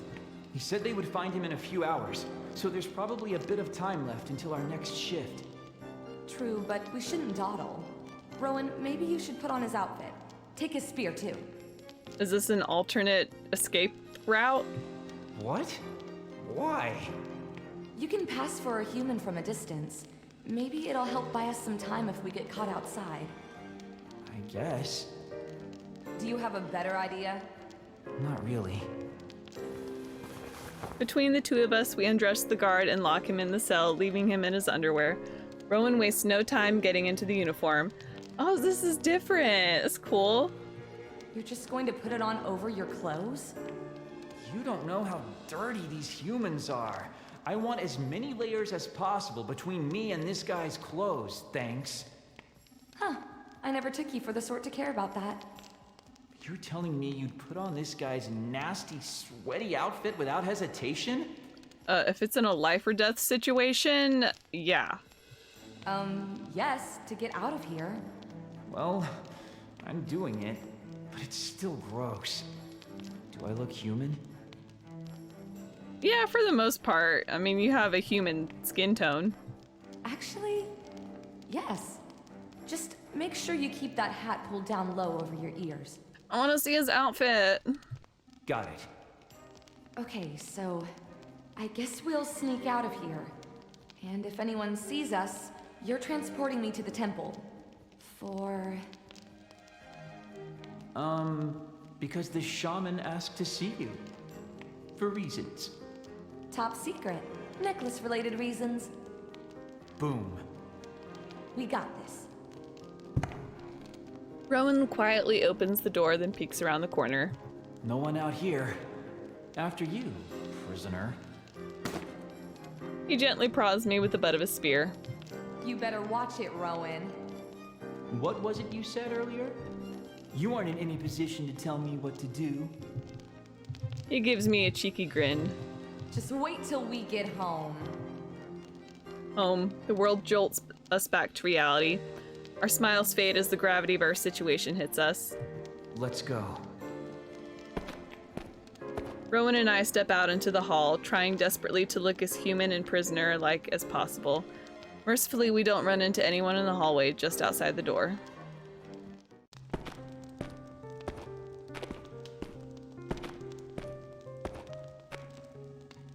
We step into a hallway with a large window on one wall. Rowan leads me across the hallway over to the window and quietly eases one of the shutters open, peering outside. We're pretty high up. We might be able to cover a lot of ground quickly if we take the rooftops. Won't that counteract this brilliant disguise we have going? Only if we get caught. It's not like this is foolproof. There is no way I'm marching you straight through the middle of the village without this blowing up on us. True enough. At least get me a disguise, too. All right, we'll compromise. Rooftops, then good old-fashioned sneaking. After you, then. He opens the shutters and helps me down onto the ledge below before joining me and shutting the window behind us. Wow, humans really like their buildings tall, don't they? Unless you got earthquakes. Yeah, imagine how much fun it'd be to travel over these to class every morning. He sounds almost wistful. Anyway, the sun's only just rising, so we probably only have a few hours at most before they start looking for us. We better hurry. Right. We cross the village as quickly and quietly as we can, traversing the rooftops until the buildings become a bit more sparse. The farm. Eventually, we make our way down to the ground and sneak through the shadows. After some time, we finally arrive at a farm a good distance away from the building where we were held captive. We rest for a moment in a cornfield. The unharvested stalks provide us with a natural hiding place. So far, so good. Let's rest here in the corn for a minute. You go ahead. I'm going to climb up and have a quick look around. Just want to get a good look at what's up ahead.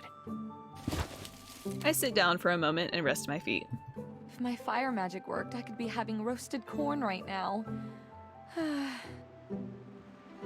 I look up at the towering stalks resentfully. A few more moments pass and I hear what I hope is Rowan wrestling through the cornfield. It isn't shit. A young human boy bursts clumsily through the corn and stops dead in his tracks when he sees me. We stare at each other, unsure what to do. Le gasp. You're one of them. Hi. But you're a girl. Want to fight about it? What are you doing here? Right at that moment, Rowan emerges from somewhere behind me, spear first. He jabs it through the air in the boy's general direction. You there, boy! Back away from the prisoner. What business do you have here? I live here.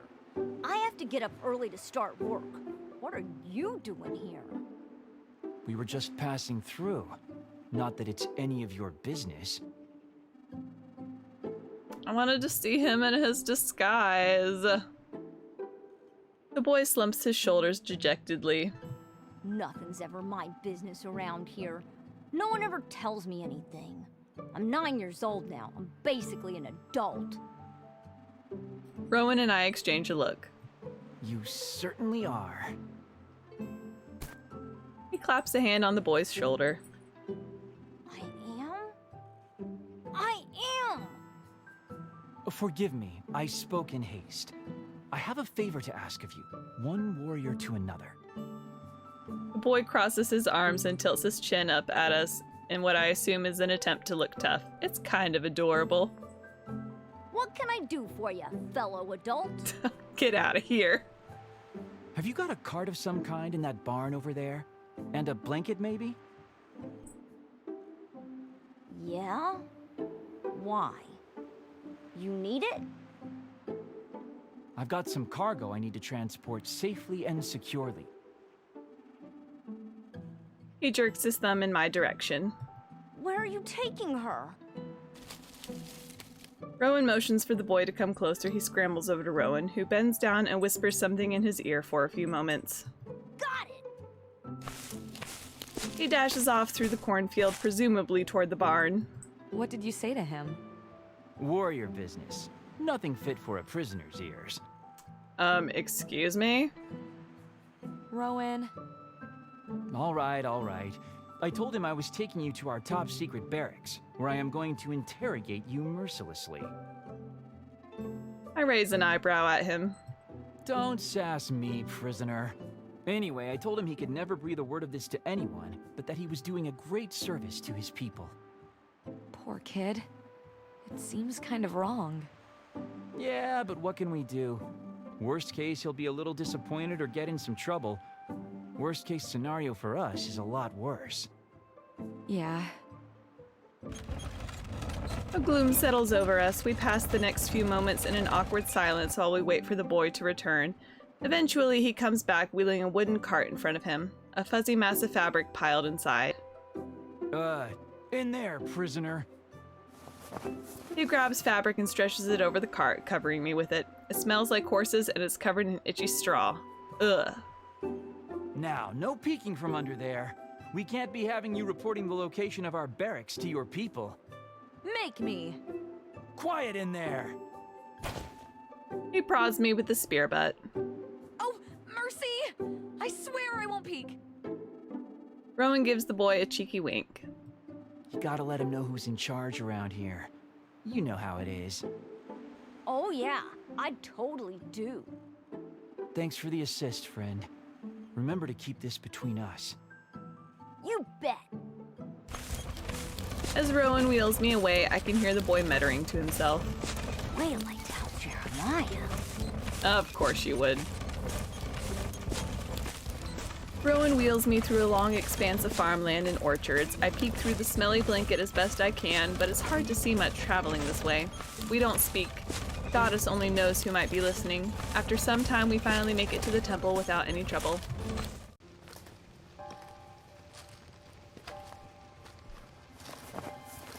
Rowan and I abandon the cart near the door. I hear some strange rustling and turn around just in time to see Rowan hastily stripping off the guard's uniform and stuffing it into the cart. What are you doing? If we get caught at this point, they're going to know immediately we're not supposed to be here. I'm not keeping this gross uniform on a second longer than I have to.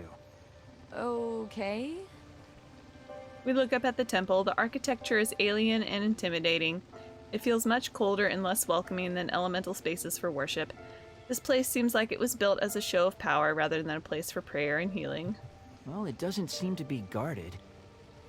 Do you feel that? Yeah, some kind of magical energy. Do you think it's that necklace? I close my eyes and concentrate, ignoring the rising wave of anxiety in my chest. Dear Goddess, if you're listening, please grant us your favor. Help us find our way home. The amulet sends waves of magic power humming through my body, and I give myself over to it entirely. I open my eyes and see... Whoa, I was not expecting that. An ethereal steed, seemingly made from the most exquisite blossoms, paws the ground in front of us. I don't know why, I just thought everything would be like a dragon so that we could fly out of here, but sure, a horse pony made out of flowers is... It's not my first pick, but I'll take it. What did you do? Is this earth magic? Don't question this, just go with it. I jump onto the steed's back and pull Rowan up behind me. Amazingly, it neither disintegrates nor bucks us off. This feels a lot more solid than I was expecting. I blast a hole in the ceiling, sending chunks of tile in every direction. I grab hold of some flowers where the mane would be on a normal horse and nudge it forward with my heels.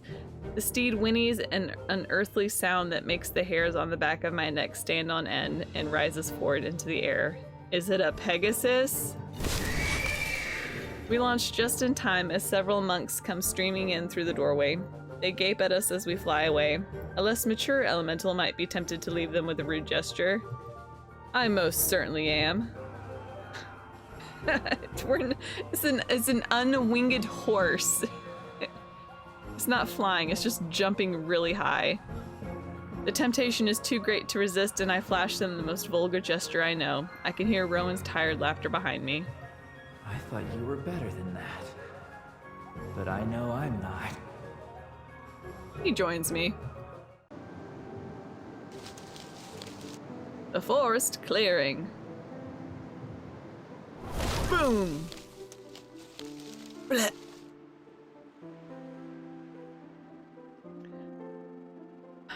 The unwinged horse flew for hours without tiring before finally landing in an open clearing. Rowan is badly hurt, so he's not quite his usual chipper self. Finally, I can feel Rowan stirring against my back. Where's this? We're going to rest here for a little while. We're in the forest on the way home.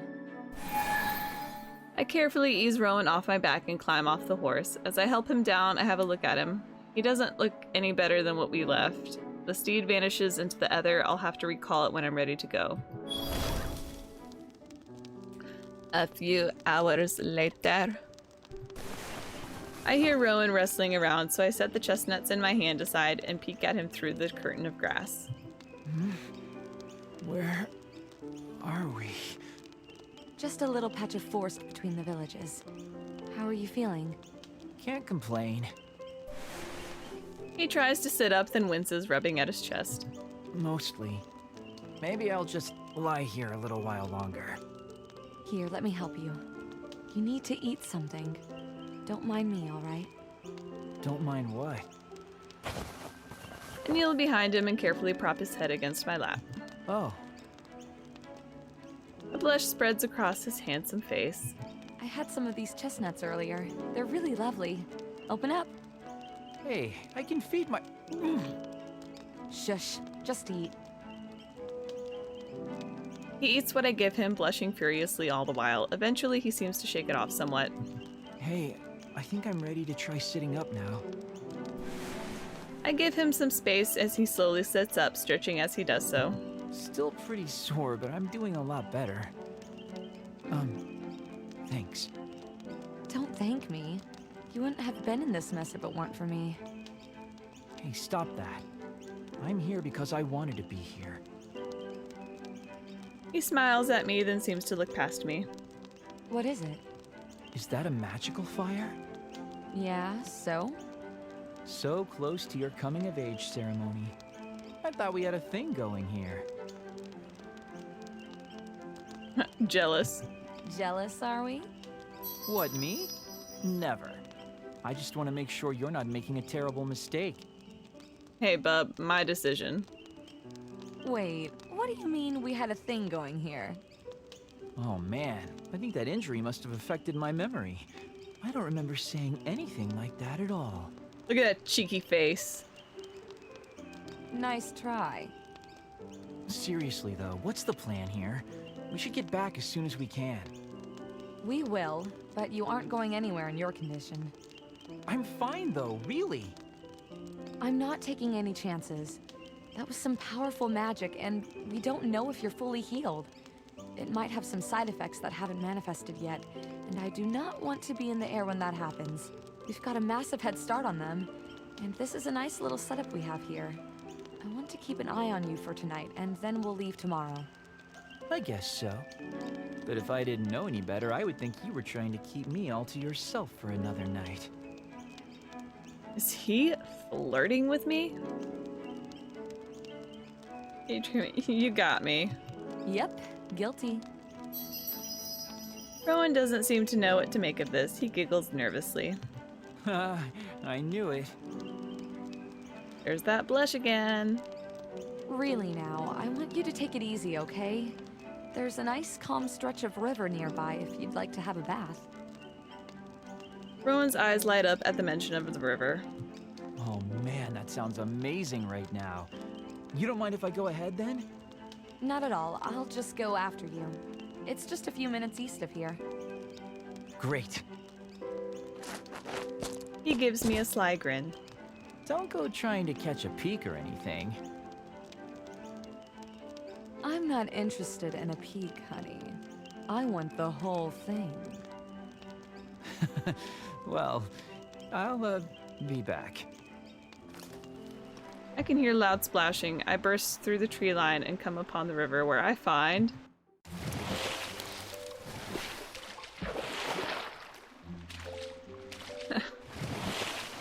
Rowan, as naked as the day as he was born. I'm flooded with a mix of feelings, relief that he's alright, confusion as to why he's taken this long, and appreciation for the male form in front of me. His back is to me, so he hasn't seen me yet, but for some reason my legs won't work anymore. All I can do is stare. As if on cue, Rowan turns to see me ogling at him. He ducks into the river until the water is just under his chin.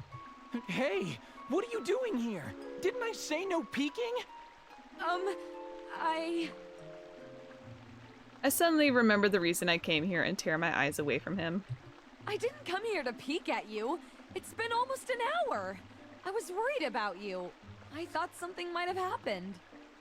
Oh, I didn't even realize. The water just felt so good after that disgusting cell. It really helps with the residual pain. Thank you for coming to check on me, though. Should I tease him?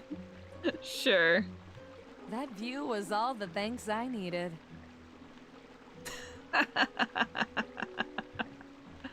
I sneak a peek at Rowan. He sinks even lower until only his eyes are visible. Come on, dude. You hang out with Rocco. Oh no, is he drowning? Well, I guess I'll be getting out now. Turn around, okay? I comply. I can hear the water dripping off of him as he climbs out of the river. My brain paints a vivid mental image of what must be going on behind me. Rowan walks past me, shirt slung over his shoulder. He seems to have a little extra swing in his step. I make certain Rowan has disappeared entirely before I undress and take my turn in the river. I can't blame Rowan for wanting to take his time in here. This really feels wonderful after all we've been through. Well, you don't have to, but you're welcome. Actually, I have something I want to tell you, too. I haven't exactly been fair to you. Maybe I didn't say it in so many words, but I always thought a female elemental should be hidden away, protected. I used to think... sometimes I used to think you shouldn't still be with us in class. Like it was too dangerous for you to be with us instead of home with your family. Wow, Rowan. I never knew you felt that way. You've always been so nice to me. Hey, just because I worried about you didn't mean I didn't like you. One kind of feeds the other. But please hear me out. At any rate, we've been spending a lot more time together this week. And it's been really great. Usually it's you and Lux and me and Rocco, so it's nice to see a new side of you. A new side of me? Yeah, I never knew you could be so fun. But that's kind of beside the point. In the last 2 days, you showed me just how wrong I've been. You're stronger, smarter, braver, and more resourceful than any man I've ever met. I've really come to admire you. His voice trails off for a moment. He seems to steel himself. No, it's more than that. I've come to care for you. As a friend? I look into his eyes, searching for some sign of his feelings. He draws closer to me. No. He's blushing profusely, but he doesn't break eye contact with me. As lovers, care for one another. Aren't you sweet? I almost want to laugh, but he's being so sincere. He's so cute like this. I close the rest of the gap between us. And just how is that? His lips are chapped, but the kiss is softer than I ever could have imagined. His touch is surprisingly tender, given his overall strength. When he pulls away from me, I have to fight the urge to throw myself at him for another. He smiles sweetly at me. It's cute. I'm sorry, guys. I'm just so biased toward Ignatius. Ignatius is best boy. I've done decided no other character will compare. Sort of like that, I guess. I don't know. I'm new to all this. So am I. But I look forward to figuring it out with you. Kiss him. I need to try that again. You know, to help me understand these feelings. Rowan laughs and pulls me in towards him. This time I want to savor every bit of him. His scent, his flavor, his passion. I wrap my arms around him and thread my fingers through his hair. It's still a bit cool from the water. When we finally break apart, he lingers with his forehead against mine for a moment. We'll just have to keep trying until it makes sense, I suppose. Hopefully we'll manage somehow. As amazing as that was, that's probably enough excitement for you tonight. You're supposed to be resting. Are you kidding? After that, I feel like I could take on the world. It's my turn to blush. Oh, Rowan. But seriously, you're still resting. Try to get some sleep if you can. Your body can use it. Rowan clasps his hands under his chin and bats his eyelashes at me. Fine, but I'll be dreaming of you. Do that again, and you'll be waiting a good long while for any more kisses. So cruel. Have it your way. Rather than returning to the bed I'd made him, Rowan leans his head on my shoulder. Rowan. Shh. There's no better place for me right now. At least lie down. I pull him down so that his head is in my lap. I can feel his face growing hot, but he doesn't resist. I watch him until his breathing becomes even and I'm certain he's asleep. We spend the rest of the evening together by the fire. I conjure up the image of the ethereal steed in my mind, focusing my energy through the gem. A few moments later, the horse stands in front of us once again. Incredible. Shall we? I jump onto the horse and pat the spot behind me. Oh, you don't think maybe I could have a turn in the front? What? Why? This is the coolest earth magic I've ever seen, and I don't know what's going to happen when we give the elders that necklace. Sure, why not? Even though it's my magic horse. Well, it seems to know the way. It couldn't hurt. Seriously? You're the best! I scoot back and make some room for Rowan, whose eyes light up with boyish delight. He climbs up onto the horse and seizes a handful of his blossom mane. I throw my arms around his waist and the horse launches into the air with a strange whinny.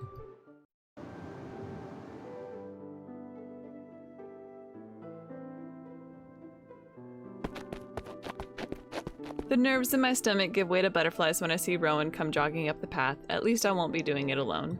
Hey, sorry about that. It took me a little while to shake everyone off. Don't worry about it. I'm just so glad you're here with me. Hey, we got into this mess together, and we got out of it together, right? I'm here with you to the end. He gives me a hug that ends far sooner than I want it to. We'll just tell them what happened and what we found, and they'll know what to do. It's their job. Everything's going to be fine. I sure hope so.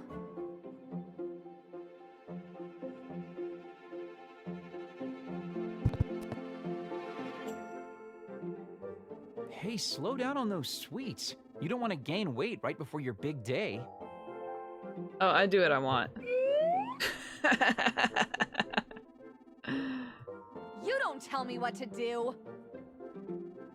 Rowan bursts out laughing. At least let me try some. Damn. He reaches for the pile of cakes, but Magnus slaps his hand away. Those are for the lady. Jeez, tough break. I'd share, but we can't have you gaining any weight. So I'll take this burden for the both of us. Mic drop. Rowan pouts. So cruel. Perhaps you'd like to have a look at some of these designs. I thought we might incorporate each of the elements into your cake to celebrate your decision. Bergamot and black tea sounds interesting. Bergamot and black tea. Excellent choice. Aw, I was hoping for double chocolate. It's not your big day, Rowan. It's mine. Highly inappropriate for such an occasion, lad. Thank the goddess it's not up to you. Huh? What difference does it even make? Magnus simply stares at Rowan and begins muttering under his breath. Taste buds of a child. Well, thank you so much, Magnus. I can't wait to see and taste the cakes in a week. I push Rowan out the door. Eep.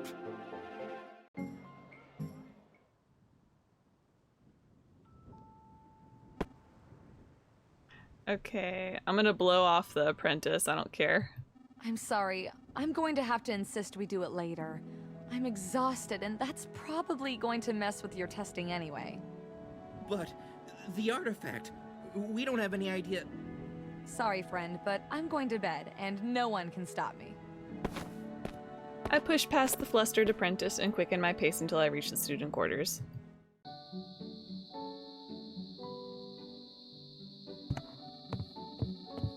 I can't think of anything else but my bed at this moment. I run into my room and slam the door behind me before anyone can ask me for something more. I throw myself into my bed and I swear I've never felt anything so fine. After that night in the dungeon, it's like sleeping on a cloud. I thought we would get like a little extra scene, but oh well. Whoa. And yet I fall into a restless sleep and find myself standing in a field of red flowers.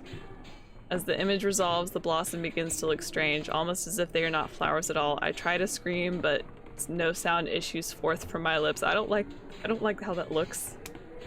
Should I have gotten more testing done? Oh my god. I wake up covered in sweat and gasping for breath. So much for turning in early. Oh, that was so unsettling. I felt like I was in Mother Mabuka's den from Franbo. I open the door to step out into the hallway and am surprised to find Rowan there with his hand up, poised to knock. Oh, hi. Hi, Rowan. Did you need something? No, nothing like that. The elders just asked me to escort you to and from your quarters today. I think they're still a little rattled. I'm glad you're here. I'm so glad to see you, Rowan. Me too. He offers me his arm. Shall we? Yes, thank you. I take his arm and we set off for the classroom together. Our walk to class is blessedly uneventful. The attack on the village seems to have frightened away the crowds of vendors. That and my selection of Magnus and Sweet William must have thinned out the herd as well.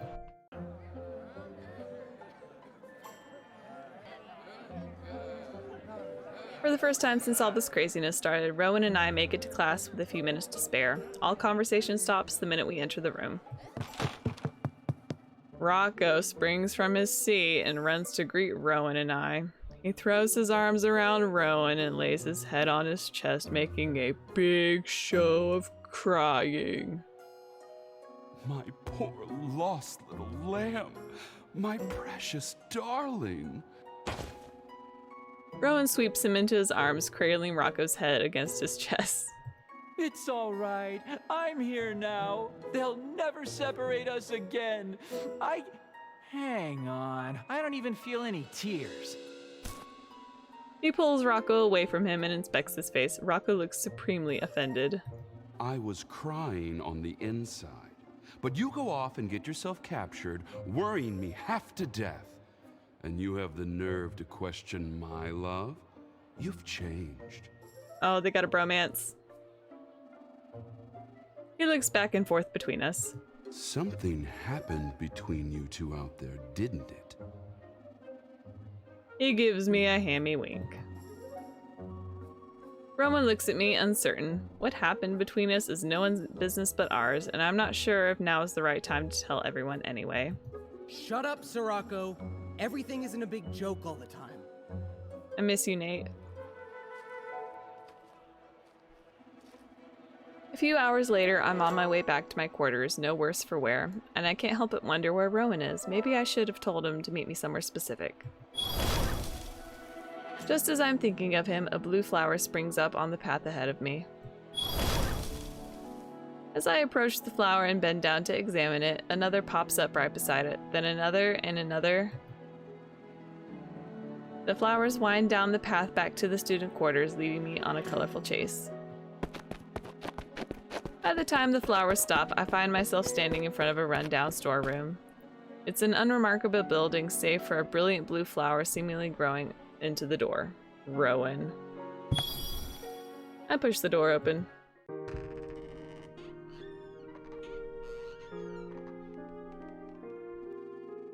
As the door swings open, my senses are assaulted by the sight and smell of flowers. Myriad varieties, hues, scents. I've never seen this many flowers in one place. It's an incredible sight. And there, sprawled on a luxurious expanse of flower petals. Rowan! He's lying on his side with his head propped up on his arm. For some reason, he's not wearing a shirt. So we're having like a reverse situation from when I hung out with Ignatius. Oh, thank the goddess it's you. I've already had to explain this twice today, and I'm not sure I had a third one in me. Have you been waiting for me here all day? I'm just kidding around with you. Mostly. He rises and comes to greet me, leaving a small flurry of flower petals in his wake. I was waiting for you, though. I thought it might be nice to spend some time together somewhere private, away from everything going on out there. As he speaks, my eyes can't help but wander over his impressive physique. I reach out to brush a stray petal from his shoulder, but as my fingers connect with his skin, I find myself unable to take my hand away. My fingers trail down his shoulder to his chest, stopping over the scar that he got protecting me just a few days earlier. Where's your shirt, Rowan? Oh, you don't like this? Don't say stupid things. Rowan takes my hand and presses it firmly against his chest, covering the scar. I'm sorry you went through so much for me. Stop apologizing. I'd do it 10 times over. You mean the world to me. I wrap my arms around him and lay my head against his chest, listening to his heartbeat. It's much faster than I expected. I wonder if he's nervous? I can feel my own heartbeat start to quicken, matching his pace. Thank you, Rowan. He tilts my chin upward towards his face and kisses me tenderly. My head is swimming with thoughts of Rowan. Being this close to him is intoxicating. I don't want to stop. Let's go for it. Everything in my body is calling out for Rowan. I want to press myself tighter against his frame to disappear into him. Kissing him just isn't enough anymore. This escalated quickly. I push him down onto the carpet of flowers. He looks surprised for a moment, but surprise quickly gives way to need. There's an urgency to his touch now. He kisses me again, pulling me on top of him. Sweet, blushing Rowan is gone. His calloused hands grasp my hips and rub me against his arousal. We lose ourselves in each other, a mess of tangled limbs and flowers.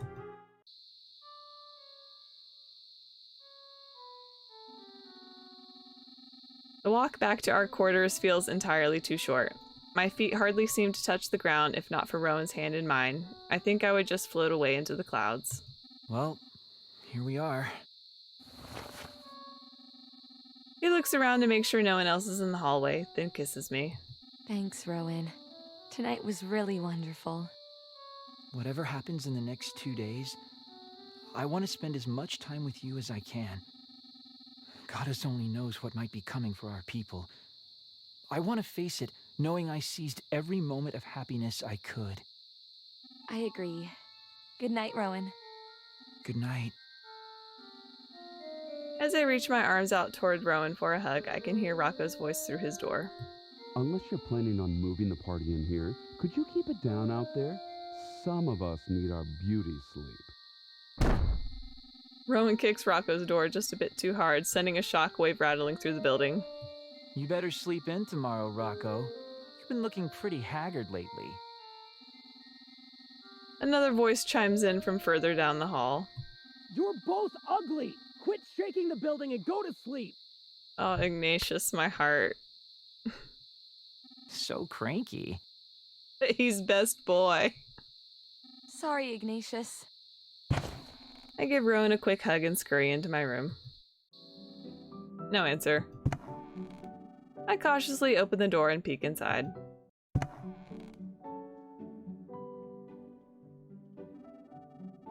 I can hear Rowan's heavy breathing, even breathing as I open the door. Oops, he's still asleep. I guess it's a bit earlier than I realized. He's so cute when he's sleeping though. I'm sure he won't mind if I wake him. Nice of him to sleep without a shirt on. I appreciate the view. Kiss him. I lean over to give Rowan a gentle wake-up kiss, but before my lips make contact with his, I find myself in the middle of a fierce grapple. I wouldn't mind being pressed up against him like this normally, but it's a bit painful. Hands off my sweet rolls! Rowan, it's me. Please wake up. You're hurting me. Rowan's grip on me loosens as he seems to shake off the last remnants of his dream. Oh, what are you doing here? Sorry. I just wanted to see if you wanted to go look at some jewelry with me today. That would be great, but could you give me a minute to get dressed? What's the problem? I've already seen you naked. Yeah, but I don't know. I'm all gross from my workout last night. If I knew you were coming over, I would have gotten up early and gotten ready for you. Oh, you're so cute. Sure, I'll give you some privacy. Just let me know when you're ready. Rowan has drained his glass already. He looks at me, then down at my drink, then back to me again. Did you want mine? I mean, you know, if you don't want it, no sense in wasting it, you know? I mean, I want it, but sure, you can have it. I hold my glass out to him and he accepts it eagerly. Some of the drink sloshes out of the cup in the transition and onto my hand. Oh no, sorry about that. He looks around the room.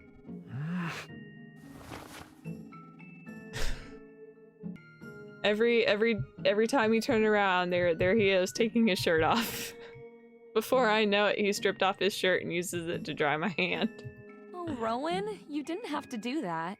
It's just a bit of juice. And I'm sure, unless your shirt is just so tight that you couldn't just like bunch up the end of it and just, you know, dab my hand. No way. We can't have you trying on fancy jewelry in a place like this with your hand all sticky. Zircon returns with a massive wooden chest in his hands, but stops short at the sight of Rowan with his shirt off. What are you doing? It's his character, man. Rowan quickly lets go of my hand. Nothing. He puts his shirt back on, now with a telltale wet spot at the shoulder. Zircon squints at Rowan. Okay. This time, Rowan takes me in his arms and embraces me tenderly. Unfortunately, it does not escape the notice of our group.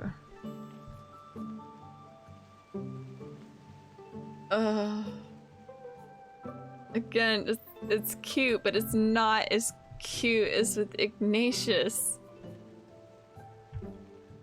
Well, it looks like perhaps I won't be ceasing my visits to the human village after all.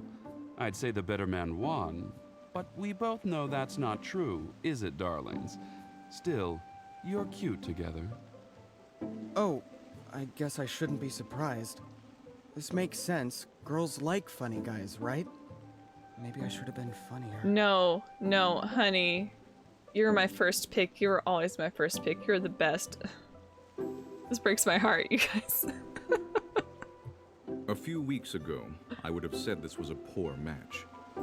But you have shown great bravery and honor during your ordeal, Rowan. Your families should be proud. Congratulations, my friends. I couldn't be happier for you. Perhaps there will be a wedding along with our coming-of-age ceremony celebration.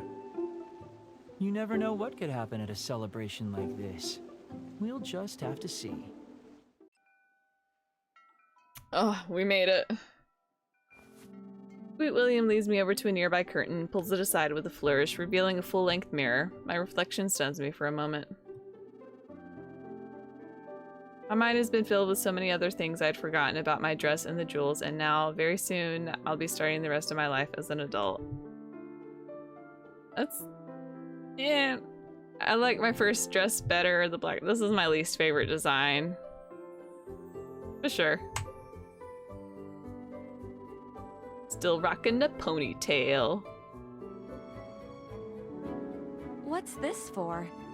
What are you two doing here? Sweet William asked us to help transport you to the shrine. How could we refuse our darling classmate? You look absolutely stunning. Rowan will go out of his mind when he sees you. Lucky man. I'm an earth elemental now. Sure, I guess let's look at my dress. Oh, it just doesn't hit right. I'm sorry, guys. Keep in mind, my friends voted for this. Well, they voted for the earth element. They were probably thinking I was doing something Avatar related in a craft project. But no, I'm here. I'm playing a dating sim.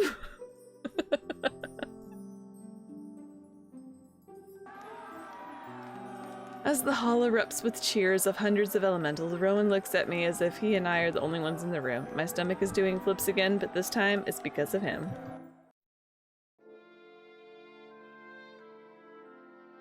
Alright, let's get to our epilogue. It's almost 2 a.m. What are you saying? I'm sorry. 4 in the corner. Rum nom nom nom nom nom nom. Dude, someone hook me up with stickers of this art right here.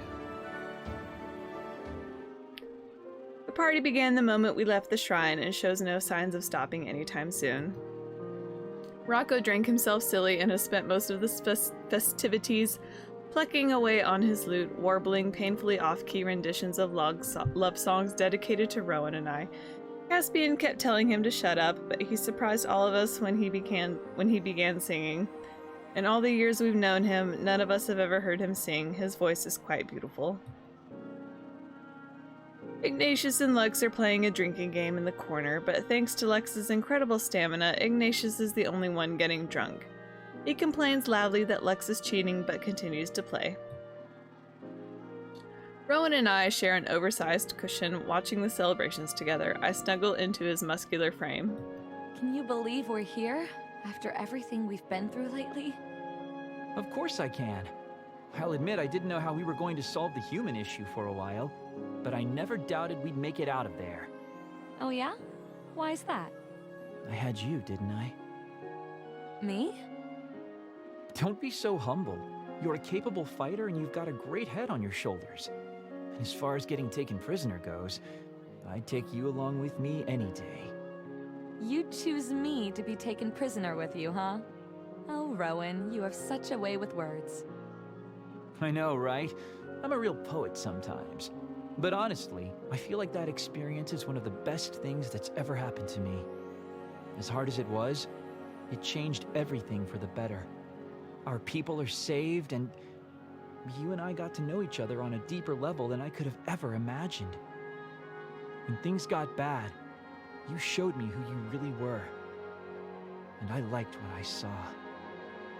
What a coincidence. I also saw some things I liked on that journey. Hey, I'm being serious here. Sorry. You have a great butt, though. I'm just saying. Right, thanks.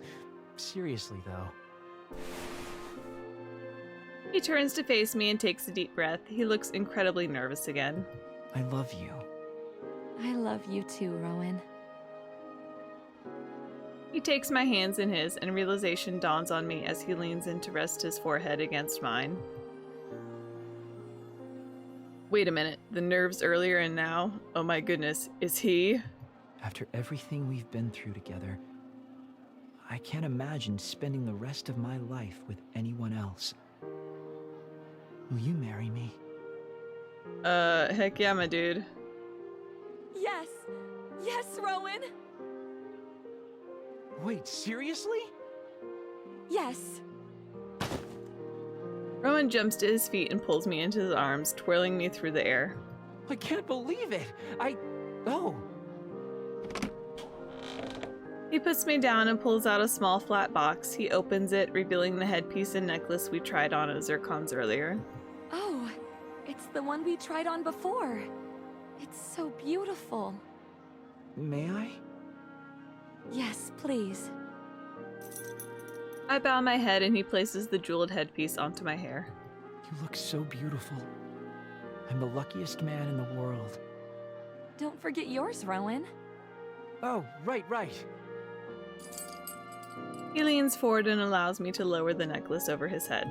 It looks so wonderful on you. I'm so happy, Rowan. I can't wait to start the rest of our lives together. Me too. It's cute. It's cute. The art is really cute. It's just, he's just not Ignatius. Bean. Well, we did it, you guys. All in all, I mean, this is a fun game. I like the branching dialogue paths. I could see myself replaying this, not only, you know, just to get each character route, but making choices that, you know, may or may not drastically affect the outcome. Like, I could have chosen to burn the human village down. Who knows what would have happened then? I don't know. Again, if this, for some weird reason, if this pops off or have more than one person, like, you know, at least 2 people being like, yo, you should keep playing this, then, you know, I'll consider it. But I really enjoyed this game. I highly recommend it if you're into visual novel types of games or games with a lot of reading. Again, the games that I enjoy the most have replayability value. And that's what these choose your own adventure style games do for me. So with that, we have successfully concluded our first series for date night. But thank you so much again for joining me. Please leave a like, comment, and subscribe if you haven't already. And as always, I hope to see you next time. Bye!